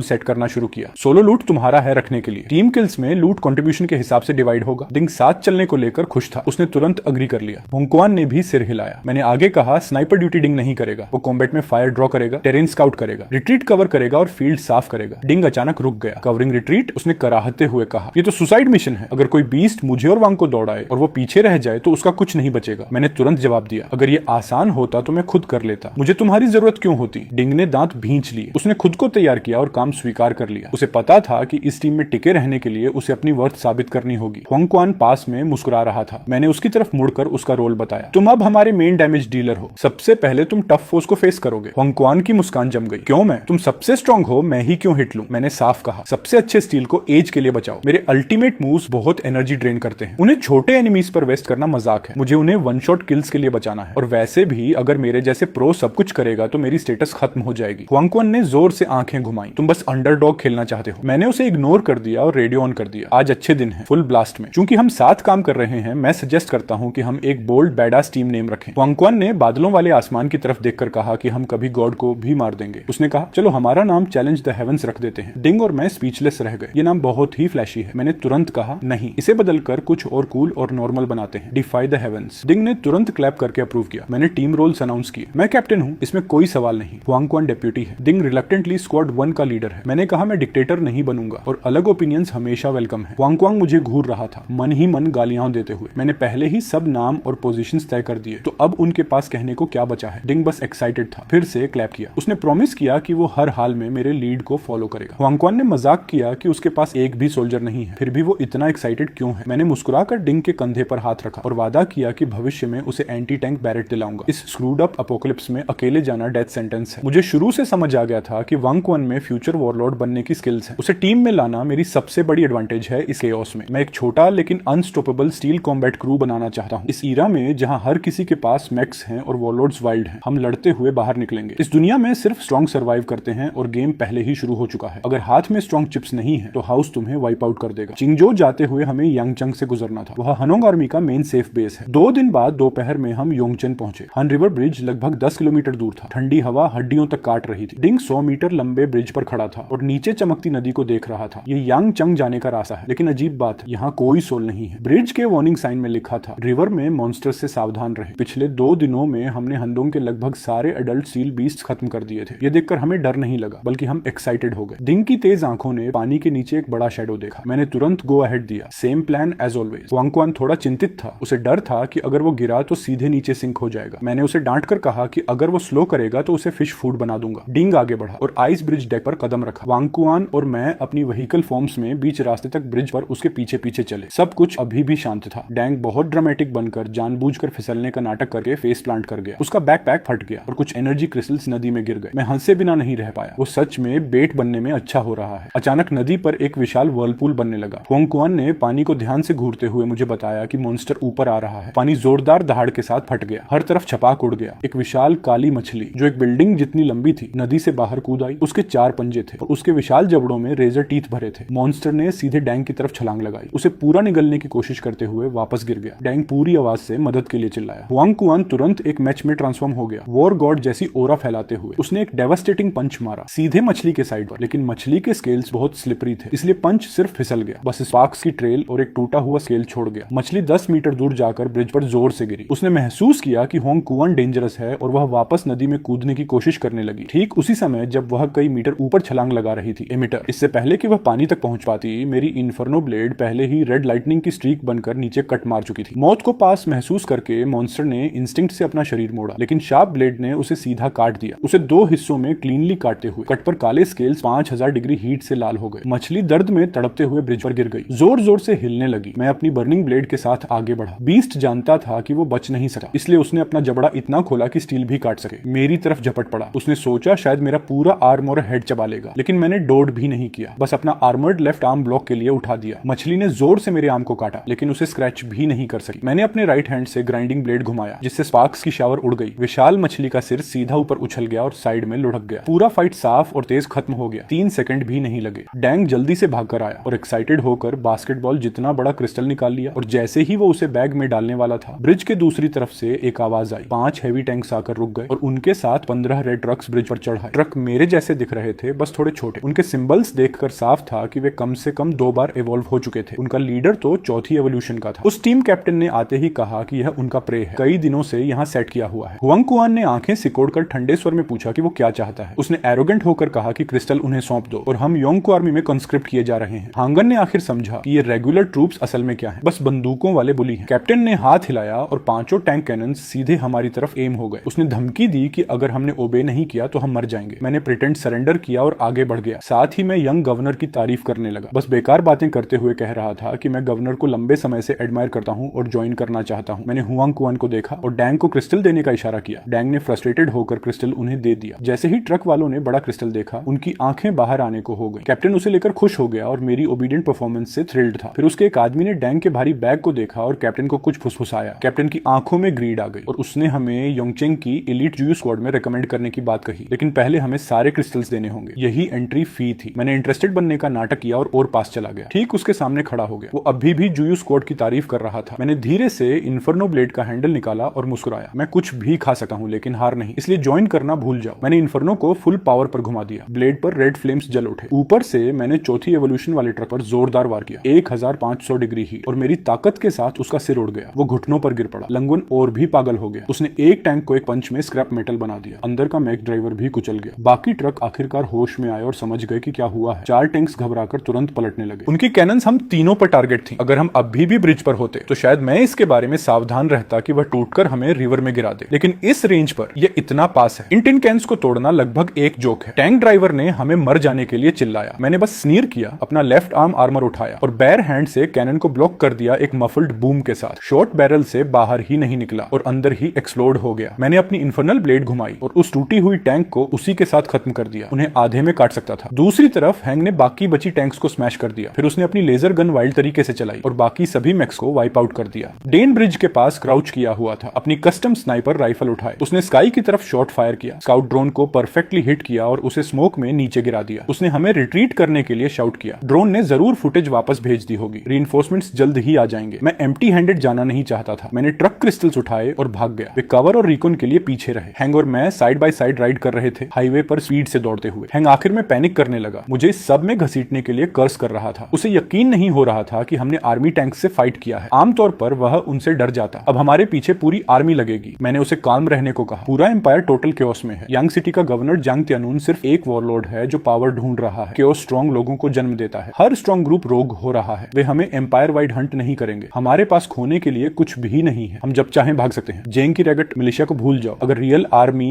यकमी भी हमें ब्लॉक करे तो भी मैं पीछे नहीं हटूंगा। हुआंग कुआन डर से पीला पड़ गया। मैसिव आर्मी के बारे में चिल्लाते हुए सोच रहा था कि वे हमें नंबर से डुबो देंगे। जैसे ही उसने यह कहा, हेलीकॉप्टर्स स्काई में आ गए। प्रोपेलर जोर से रोर कर रहे थे। डेंग पीछे से फुल स्पीड चला रहा था, हवा की तरह हमें पकड़ते हुए। 400 क्लिक्स पर आवर पर हम क्रोलिंग टर्टल्स जैसे लग रहे थे। यही के होंठ डर से कांप रहे थे। उसने कहा, हमने सच में अब कर दिया है। 10 यूनिट्स हमारे पीछे थे। अटैक हेल मिसाइल से लोडेड था। मैंने उन्हें डिस्डेन से देखा। मेरे लिए वे बस फ्लाइंग टॉर्चेस थे। एक बर्स्ट एक को गिरा सकता था। वे लगभग रोते हुए जोड़ रहे थे। ग्राउंड पर एक मैसिव स्वॉर्म था। सैकड़ों हेवी ट्रक मैक्स और उनके पीछे रॉकेट लॉन्चर्स वाले मिनी मैक्स। ये सुनकर हुआंग कुआन स्लिप हो गया और गार्डरेल तोड़ दिया। उसे फाइट करने का पछतावा होने लगा। हम डस्ट में उड़ा दिए जाएंगे। मैंने उसे पलटकर डांटा। अभी वह सबसे ज्यादा एक्साइटेड था। अब कावर्ड की तरह बिहेव कर रहा है। हाईवे एक डेड एंड था। मेच आर्मी हमें पकड़ लेगी। मैंने रूट चेंज करने का फैसला किया, माउंटेन प्लेटो की तरफ। वहां का टेरेन बहुत स्टीप है। एक स्टीप क्लाइंब के बाद ब्रॉड समिट है। उसके आगे माइल्स का विल्डरनेस है। हमारे एस्केप के लिए परफेक्ट। तभी ऊपर अटैक हेल ने सीधे हम पर मिसाइल्स लॉन्च कर दिए। डेफनिंग एक्सप्लोजंस हुए। चारों तरफ स्मोक क्रेटर्स खुल गए। हम तीनों ने सिर झुकाया, फायर के बीच से डॉज करते हुए। उसने अपनी स्पीड का यूज करके एक्सेलरेटर पूरा दबा दिया। मैं आगे स्काउट करूंगा, उसने चिल्लाया। फिर वह साइड से गायब हो गया। मैंने गुस्से में दांत भींचे। मैच फॉर्म में ट्रांसफॉर्म हो गया। मैंने अपनी आर्मर्ड लेफ्ट आर्म उठाई और पंच से इनकमिंग मिसाइल को ब्लॉक किया। ब्लास्ट ने मुझे पीछे धकेल दिया। श्रैपनल मेरे फ्रेम पर स्क्रैप हुआ। चारों तरफ स्पार्क्स उड़ रहे थे। हंगाई ने हमारे लेजर्स उठाए और हेलीकॉप्टर्स पर फायर बैक किया। पायलट्स को काउंटर की उम्मीद नहीं थी।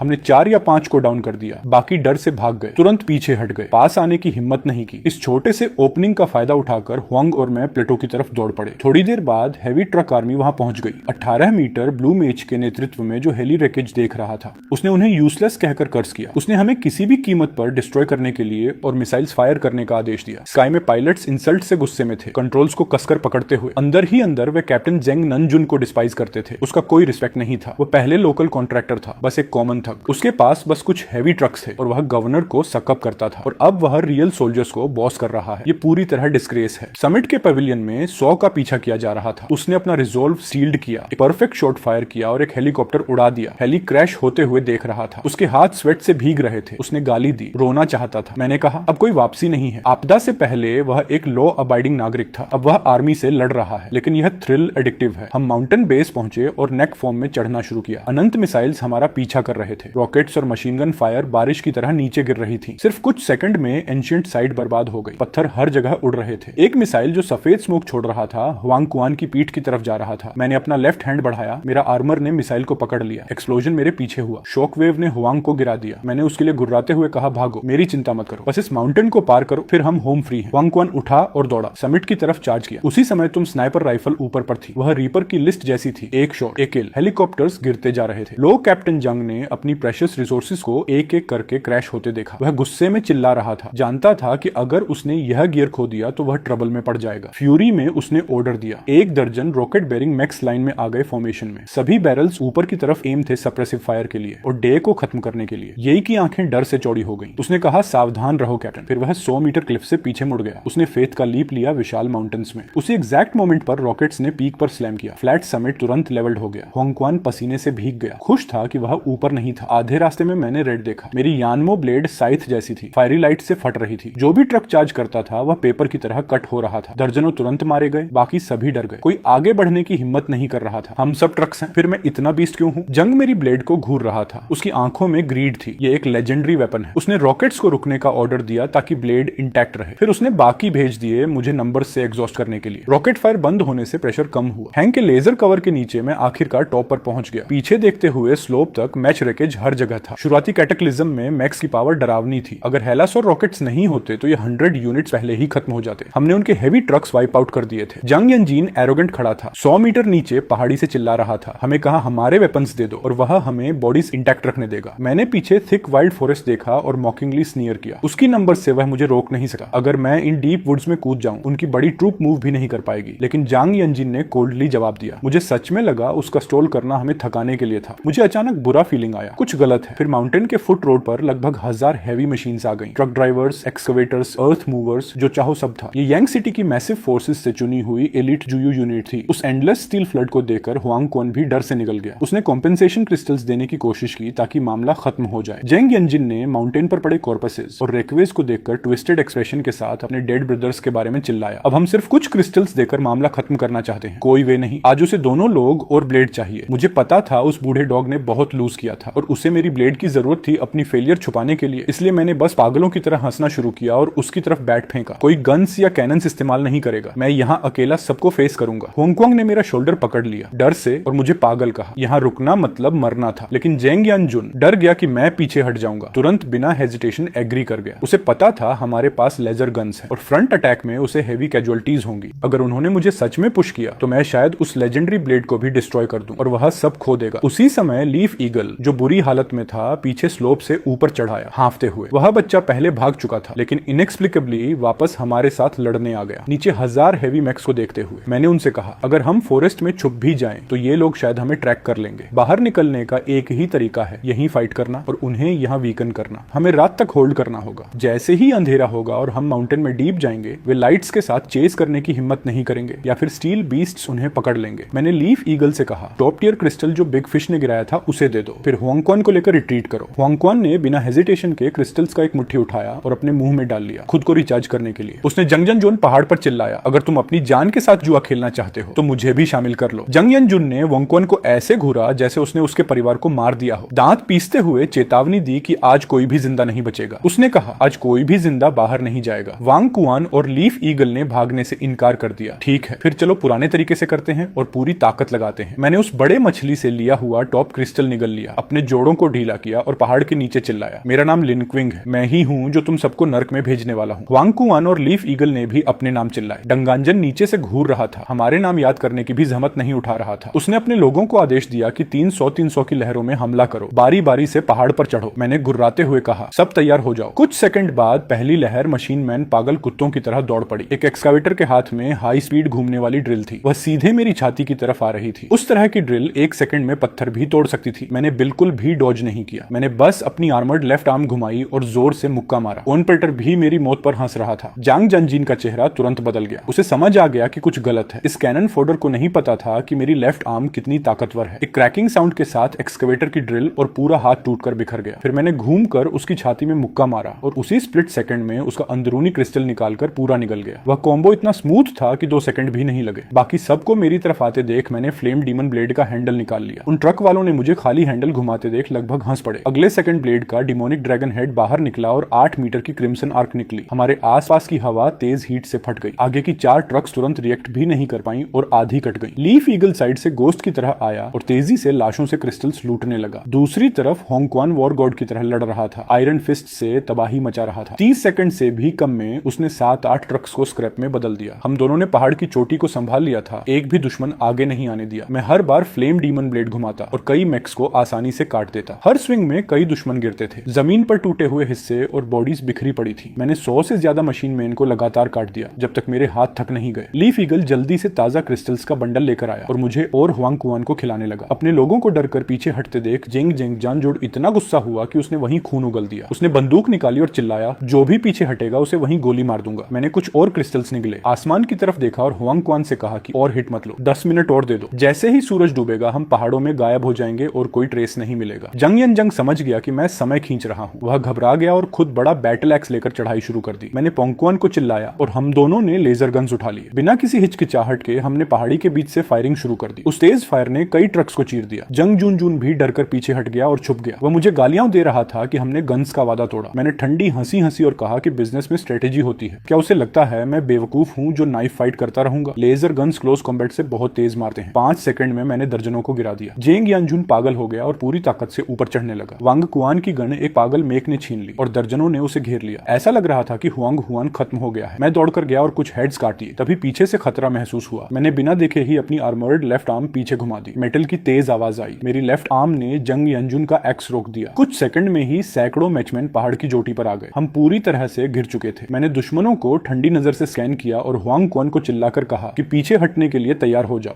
जेंग झंजिन ने भयानक तरीके से दहाड़ लगाई, कहते हुए, इतने सारे उसके लोगों को मारने के बाद आज कोई भी भगवान भी हमें नहीं बचा सका। मैंने एक शब्द भी नहीं कहा। फ्लेम डीमन ब्लेड को मैक्स पर घुमा दिया। Level 2 mode. 5000 डिग्री पर हीट ने ब्लेड को ब्लड रेड ग्लो में बदल दिया। चारों तरफ की हवा एक्सट्रीम हीट से मुड़ गई। मैं घूमकर सीधे एनिमी ट्रक्स में कूद गया। पूरी ताकत लगाकर वाइड स्विंग किया, ब्लेड से काटते हुए। शार्पेंड एज और मेरी रीच ने एक डेडली 17 मीटर रेडियस सर्कल बना दिया। उस सर्कल के अंदर हर मैक बिना चीखे ही आधा कट गया। वे तुरंत ही गिरा दिए गए। पूरे पहाड़ पर दर्द की चीखें गूंज उठी। मेरे चारों तरफ एक बड़ा डेडली वैक्यूम खुल गया। मैंने तुरंत अपना ब्लेड चेक किया और तेज ढलान से नीचे कूद गया। हुआंग कुआन और डेंग मेरे पीछे पीछे कूदे। जुयू आर्मी के बचे हुए लोग उस मैसिव स्ट्राइक से डर गए। कोई भी हमें पीछा करने की हिम्मत नहीं कर पाया। जांग यंजुन पहाड़ी पर जम गया, टूटे हुए अंगों को घूरता हुआ, पूरी रेज में कांप रहा था। जैसे ही मेरी ब्लेड रेड हुई, उसकी सर्वाइवल इंस्टिंक्ट्स जाग गई। वह तेजी से पीछे भाग गया। अगर वह जल्दी नहीं हटा तो वह भी उन ब्लडी चंक्स में होता। एक सबऑर्डिनेट ने कांपते हुए पूछा कि क्या हमें पीछा करना चाहिए। जेंग यंजान ने उसे ठंडी नजर से देखा, अचानक बैटल एक्स घुमाया और उसका सिर काट दिया। उसने बचे हुए लोगों पर दहाड़ लगाई कि फील्ड साफ करो और निकल जाओ। रात घने जंगल में पूरी तरह उतर चुकी थी। हम पूरी तरह गायब हो गए। लिeutenant जंग ने उस जगह को घूरा जहां हम गायब हुए थे। अपनी मुठ्ठियां इतनी कस ली कि वे चटक गईं। उसने दांत पीसते हुए कसम खाई कि यह ब्लड डेट वह कभी नहीं भूलेगा। हम जंगलों में कई दिनों तक भागते रहे और सैकड़ों मील दूर एक छोटे शहर तक पहुंचे। एक रात में सैकड़ों किलोमीटर। हम गिर पड़े, हिल भी नहीं पा रहे थे। मैं बड़बड़ाया, सिर्फ एक क्रिस्टल के लिए लगभग मर ही गए थे। ये बिल्कुल भी वर्थ इट नहीं था। अगर मुझे पता होता कि यह इतने गनशिप्स और हजारों मोटरबोट्स खींच लाएगा तो मैं कभी नहीं हिलता। लकीली डार्कनेस और उनकी ग्रीड ने हमें बचा लिया। हम मुश्किल से जिंदा बच पाए। वांग कुआन भी शिकायत कर रहा था कि अब वह एक रिच किड होते हुए भी एक डेडली टाइट्रो पर चल रहा है और फुजिटिव बन गया है। डेंग ने एक प्लास्टिक बैग निकाला और उत्साह से कहा कि यह काम वर्थ इट था। अंदर 60 चमकते एवोल्यूशन क्रिस्टल्स थे। जब हम लड़ रहे थे उसने हाई टियर लूट स्क्रैप कर लिया था। सब टॉप ग्रेड सेकंड टियर या उससे ऊपर थे। यहाँ तक कि कुछ 4th टियर भी थे। इतना छोटा बैग भी हजारों नॉर्मल बोट किल्स से ज्यादा वर्थ था। इसमें जो हमने बैटल में यूज किया वो भी शामिल था। हमने सिर्फ ब्रेक इवन नहीं किया, हमने जैकपॉट मारा। हुआंग कुआन ने अपनी घायल पीठ पकड़कर चिल्लाया कि वह बुरी तरह घायल है और उसे एनर्जी बूस्ट चाहिए। उसे होल्स से भरा देखकर मैंने उसे 20 टॉप क्रिस्टल्स दे दिए। डंग ने ईर्ष्या से देखा, लेकिन जानता था कि उसने पर्याप्त योगदान नहीं दिया। मैंने उसे बिना हेजिटेशन 20 दिए। खुद के लिए 10 स्पेयर गेयर रखे। मैंने खुद भी क्रिस्टल्स निगल ली। उसने बॉस फाइट में हमें सप्लाई किया था। उसका कंट्रीब्यूशन बड़ा था। मैं हमेशा फेयर हूँ। मैं अपने भाइयों को सफर नहीं करने दूंगा। हम इतनी थकान में थे कि सो भी नहीं पा रहे थे। एक छिपी जगह ढूंढी और अगले दिन तक गिर पड़े रहे। फिर हम शहर में घूमने लगे। उस टाउन में सर्वाइवर बेस था। सड़कों पर कई स्कैवेंजर स्क्वाड्स दिखे, लेकिन मैंने एक चीज नोटिस की। उन टिन कैंस की नजर हमारे ऊपर बहुत अजीब थी। उनकी आंखों में फियर, ग्रीड और एक्साइटमेंट मिला हुआ था। किसी भी ट्रबल से बचने के लिए मैंने उन्हें इग्नोर करने और रिंग रोड से बाहर निकलने का फैसला किया, लेकिन उससे पहले ही ट्रबल हमें ढूंढने आ गया। तेज इंजन रोर गूंजा। 200 से ज्यादा मोटर बोट्स ने हमें पूरी तरह घेर लिया। कई बाइक बोट्स ने अपनी पिस्टल्स सीधे हमारे सिर पर तान दी। आगे एसयूवी और एक बुलडोजर मेक हमारे सामने आकर बिना परवाह किए लूट बांटने की बहस कर रहे थे। मैंने इन सुइसाइडल इडियट्स को देखा। वे हमें पूरी तरह इग्नोर कर रहे थे। एसयूवी ने अपने नंबर्स के दम पर हमें एरोगेंट तरीके से कहा कि सरेंडर करो और जिंदा रहो। हम पूरी तरह हैरान थे, समझ ही नहीं आया वह क्या बोल रहा था। बुलडोजर, जिसे ओल्ड डोंग कहा जाता था, उसने मेरे ऊपर एक रैगेड बाउंटी पेपर फेंका। उस पर जंग का मैसिव बाउंटी था। हमने उसकी ब्लेड चुरा ली थी। रिवॉर्ड टेरिफाइंगली हाई था। मेरा हेड 5000, वोंग 3000, डंग 800, ब्लेड मिलते ही और 5000, कुल 13800 क्रिस्टल्स। इतना फॉर्चून एक एलीट स्टेज बोर्ड को फंड कर सकता था। वांग कुआन ने पेपर पढ़कर गालियां देना शुरू कर दिया। उसे सिर्फ यह चिंता थी कि उसका बाउंटी इतना कम क्यों है। डेंग कोल्ड स्वेट में था और कह रहा था कि यह सब स्लैंडर है। मैंने इसे एक गंदा मूव समझा, एक ऑफिशियल वारंट से भी बुरा। ये बड़ा रिवॉर्ड घातक है। ये इस क्रैपी वेस्टलैंड में हर किसी को लुभाता है। अनगिनत लोग इसके लिए मार देंगे, वे कोई भी रिस्क लेंगे। ये ग्रीडी आउटलॉज इसका सबसे अच्छा सबूत थे। एसयूवी ने ताने के साथ पूछा कि क्या हम ब्लेड सौंप देंगे या उन्हें इसे लेना चाहिए। दर्जनों पिस्टल्स की सेफ्टी क्लिक होकर ऑफ हो गई। सभी हमारे सिर पर एम्ड थे। वांग कुआन ने ऐसा एक्टिंग किया जैसे वह आसानी से सरेंडर कर रहा हो, पूछते हुए कि क्या वे हमें जाने देंगे। अगर हम ब्लेड सरेंडर कर दें तो वे जोर से हंसे, एरोगेंट तरीके से। उन्होंने रिफ्यूज किया, कहते हुए कि हमारे सिर 8800 के वर्थ हैं, कोई मर्सी नहीं। वांग कुआन ने ऐसे नोट किया जैसे वह समझ गया हो। अगले सेकंड उसका आर्म लेजर बैरल में बदल गया। उसने बिना हेजिटेट किए 200 बॉट्स पर फायर खोल दिया। जैसे ही वांग कुआन ने स्लॉटर शुरू किया, ये लो लेवल ग्रंट्स कोई चांस नहीं टिक पाए। एक बर्स्ट लेजर फायर और वे मक्खियों की तरह गिर गए। पिस्टल वाले बॉट्स ने ट्रिगर भी नहीं दबाया था कि डैंग ने सिर्फ 5 सेकंड्स में उनके हेड्स उड़ा दिए। 200 का ग्रुप कोलैप्स हो गया। वे अपनी जान बचाकर भागे। लीप, बुलडोजर और एसयूवी भागने लगे। मैंने आगे छलांग लगाई, एक हेवी विप किक के साथ जो साउंड बैरियर तोड़ रहा था। एसयूवी का वेस्ट आर्मर टूट गया। मैंने उसके मेटल बॉडी को आधे में किक कर दिया। 2 स्टेप्स आगे जाकर एक हेवी पंच मारा। बुलडोजर का आधा हिस्सा ओब्लिटरेट कर दिया। स्कूटर्स और बाइक्स के लिए मैंने चेस नहीं किया, उतना स्क्रैप वर्थ नहीं था। दिन में क्रिस्टल्स हार्वेस्ट शुरू किया। वांग कुआन ने पेपर उठाया, भौहें चढ़ाकर। उसने कहा, जंग का रीच लंबा है, ये पेपर यहाँ तक पहुंच गया। कोई सरप्राइज नहीं। आज सुबह चॉपर्स लगातार बज कर रहे थे। मैंने कॉर्नर की तरफ इशारा किया और उसे टेस्टली याद दिलाया। ध्यान से देख इडियट, ये व्हाइट डव ग्रुप से है। वांग कुआन बुदबुदाया, नाम फेमिलियर लगता है। मैंने उसे बताया, ये पुराना नाटंग एक्सप्रेस है। अब ये इंटेल और मीडिया में भी फैल गए हैं। लगता है ये अच्छा कर रहे हैं। वांग कुआन ने पेपर पलटा। सिर्फ हमारे बाउंटी से ज्यादा मिला। दर्जनों रिक्रूटमेंट एड्स भी, यहाँ तक कि बॉट इवोल्यूशन पर एक इंपीरियल गाइड भी। उसकी आंखें फैल गईं। व्हाइट डव के बिजनेस को देखकर हैरान। यह एडवर्टाइज करने वाला कोई भी बहुत अमीर होगा, भले पेपर चीप हो लाखों बॉट्स के साथ। अगर सिर्फ 1000 में से एक भी खरीदे तो मैसिव प्रॉफिट है। ये नियर मोनोपोली उन्हें फॉर्चून देगा। कुआन ने बेचैनी से पूछा। व्हाइट डव ग्रुप बहुत लोडेड है, हेलीकॉप्टर्स आसमान में है। ये बाउंटी अब तक पूरे एम्पायर में फैल चुकी होगी, तो अब क्या करें। मैं कुछ देर चुप रहा। मैंने स्नीयर किया, कहा, लोग पैसे के लिए मरते हैं और पक्षी खाने के लिए। ये बाउंटी बहुत बड़ी है, मुझे भी देखते ही टेम्पटेशन होता है। अब ऐसे हालात में छुपना काम नहीं करेगा जब तक हम डीप माउंटेन्स में भागकर हमेशा के वाइल्ड मैन नहीं बन जाते। हुआन कुआंग ने एंजाइली टंग क्लिक किया। उसने पूछा कि क्या कोई प्लान है। मैंने हल्की मुस्कान दी, आराम से कहा, सिंपल है। जिसने बाउंटी लगाया उसे खत्म कर दो, बाउंटी खुद ही गायब हो जाएगी। डैंगडर से हार्ड स्वॉलो किया। वह स्टैमर करते हुए पूछने लगा कि आखिर मैं करना क्या चाहता हूँ। मैंने कोल्डली जवाब दिया, मैं कभी ग्रजेस ओवरनाइट नहीं छोड़ता। अगर जंग चनयंग ने मेरे लिए इतना किया है तो उसे इसके लिए पे करने के लिए तैयार होना चाहिए। चलो स्ट्राइक बैक करते हैं जब उन्हें उम्मीद नहीं है। होंगक्वान की आवाज डर से कांपने लगी। वह यंगचिंग का गवर्नर है, एक वॉरलॉर्ड जिसके पास बड़ी आर्मी है। क्या तुम सच में उसके साथ हेड टू हेड जाओगे? बिना हेजिटेशन के मैंने हाथ थूक दिया। इस मेस्ड अप एपोकलिप्स में सर्वाइव करने के लिए तुम्हें सबसे टफ होना पड़ेगा। अभी मेरे पास पावर नहीं है, लेकिन मैं हमेशा टेबल पलटने के लिए रेडी हूँ। जिसके पास खोने को कुछ नहीं वह डरता नहीं। मुझे उससे क्यों डरना चाहिए? डैंग ने नर्वसली हाथ उठाया। उसने सुझाव दिया कि जेंग त्यान जैसे वॉरलॉर्ड्स बहुत अमीर होंगे। पूरा नहीं करें, बस उसका क्रिस्टल वॉल्ट खाली कर दे, इतना काफी है। उसे एक रास्ता छोड़ दो, अगर बाद में मिले तो। कुआन यह सुनकर ऑलमोस्ट खून उगलने लगा। ये दोनों पागल हैं। एक गवर्नर को मारना चाहता है, दूसरा उसका वॉल्ट लूटना चाहता है। इसे कहते हैं रास्ता छोड़ना। अगर हम यांग चेन का ट्रेजर साफ कर दें तो जेंग तान पूरी तरह टूट जाएगा। वह हमें धरती के आखिरी छोर तक हंट करेगा। लेकिन मेरी आंखें चमक उठी। मैंने क्लैप किया और कहा, फॉर्चून बोल्ड लोगों का साथ देता है, मॉन्स्टर ग्राइंड करने से कुछ नहीं मिलता। वॉल्ट रोब करना बहुत तेज है। तय हो गया। होंगक्वान ने 2 बार कॉफ किया, हमें काल्म होने को कहा। यह सुइसाइड है। मैंने आराम से कहा, जब यह काम खत्म होगा तुम फिर से एवॉल्व कर सकते हो। होंगक्वान ने सुना और तुरंत अपना ट्यून बदल दिया। उसने जोर से गाली दी और चिल्लाया, ठीक है चलो करते हैं, अगर करना है तो पूरा करते हैं। हम तीनों क्वाइटली शहर से निकल गए ताकि जंगल के नास्टी बग्स और स्नेक्स से बच सके। हम हाईवे से डार्क होने से पहले निकल पड़े। हम कमांड हिल के टॉप तक पहुंच गए। मैंने दूर योंगचंग की ब्राइट लाइट्स देखी। ये पिच ब्लैक रात में एक टॉर्च की तरह था। हुआंग कुआन ने भौहें चढ़ाई और कहा, जंगचन के पास बहुत ज्यादा आदमी है, हम उनकी थूक में ही डूब जाएंगे। ये काम आसान नहीं होने वाला है। डैंग्स की आंखें चमक उठी। उसने चालाक हंसी दी और कहा कि हम दूसरों को उनके खिलाफ कर सकते हैं, परेशानी उनकी तरफ भेज दो। उसने सुझाव दिया, आसपास के सभी आयरन बीस्ट को योंगचेंग की तरफ ले जाकर उन्हें एक दूसरे को फाड़ने दो, फिर हम उस केओस के दौरान अंदर घुसकर क्रिस्टल वॉल्ट खाली कर देंगे। कुआंग कुआन ने जोरदार विरोध किया। उसने कहा कि यन अभी भी लाखों मासूम लोगों का घर है। अगर हम 20 टाइड अंदर लाते हैं तो पता नहीं कितने लोग मर जाएंगे। ये प्लान बहुत क्रूर है। मैंने सिर हिलाया होंगक्वान को बताते हुए कि वह योंगचेंजिंग की डिफेंसेस को अंडर एस्टिमेट कर रहा है। जंग तन्यन के पास लाखों सैनिक हैं, साथ में आर्टिलरी और हेलीकॉप्टर्स भी। एक नॉर्मल बीस्ट टाइड यांग चंग को कोई नुकसान नहीं पहुंचा सका। मैंने फैसला लिया, चलो डंग का प्लान अपनाते हैं। हम बीस्ट वेव को शहर के बाहर लाएंगे, केओस पैदा करेंगे और कंफ्यूजन के दौरान अंदर घुसेंगे। अगली रात हुआंग होन चुपके से शहर के दक्षिणी हिल्स में वापस गया। उसने मुझे बताया कि उसने पहले ही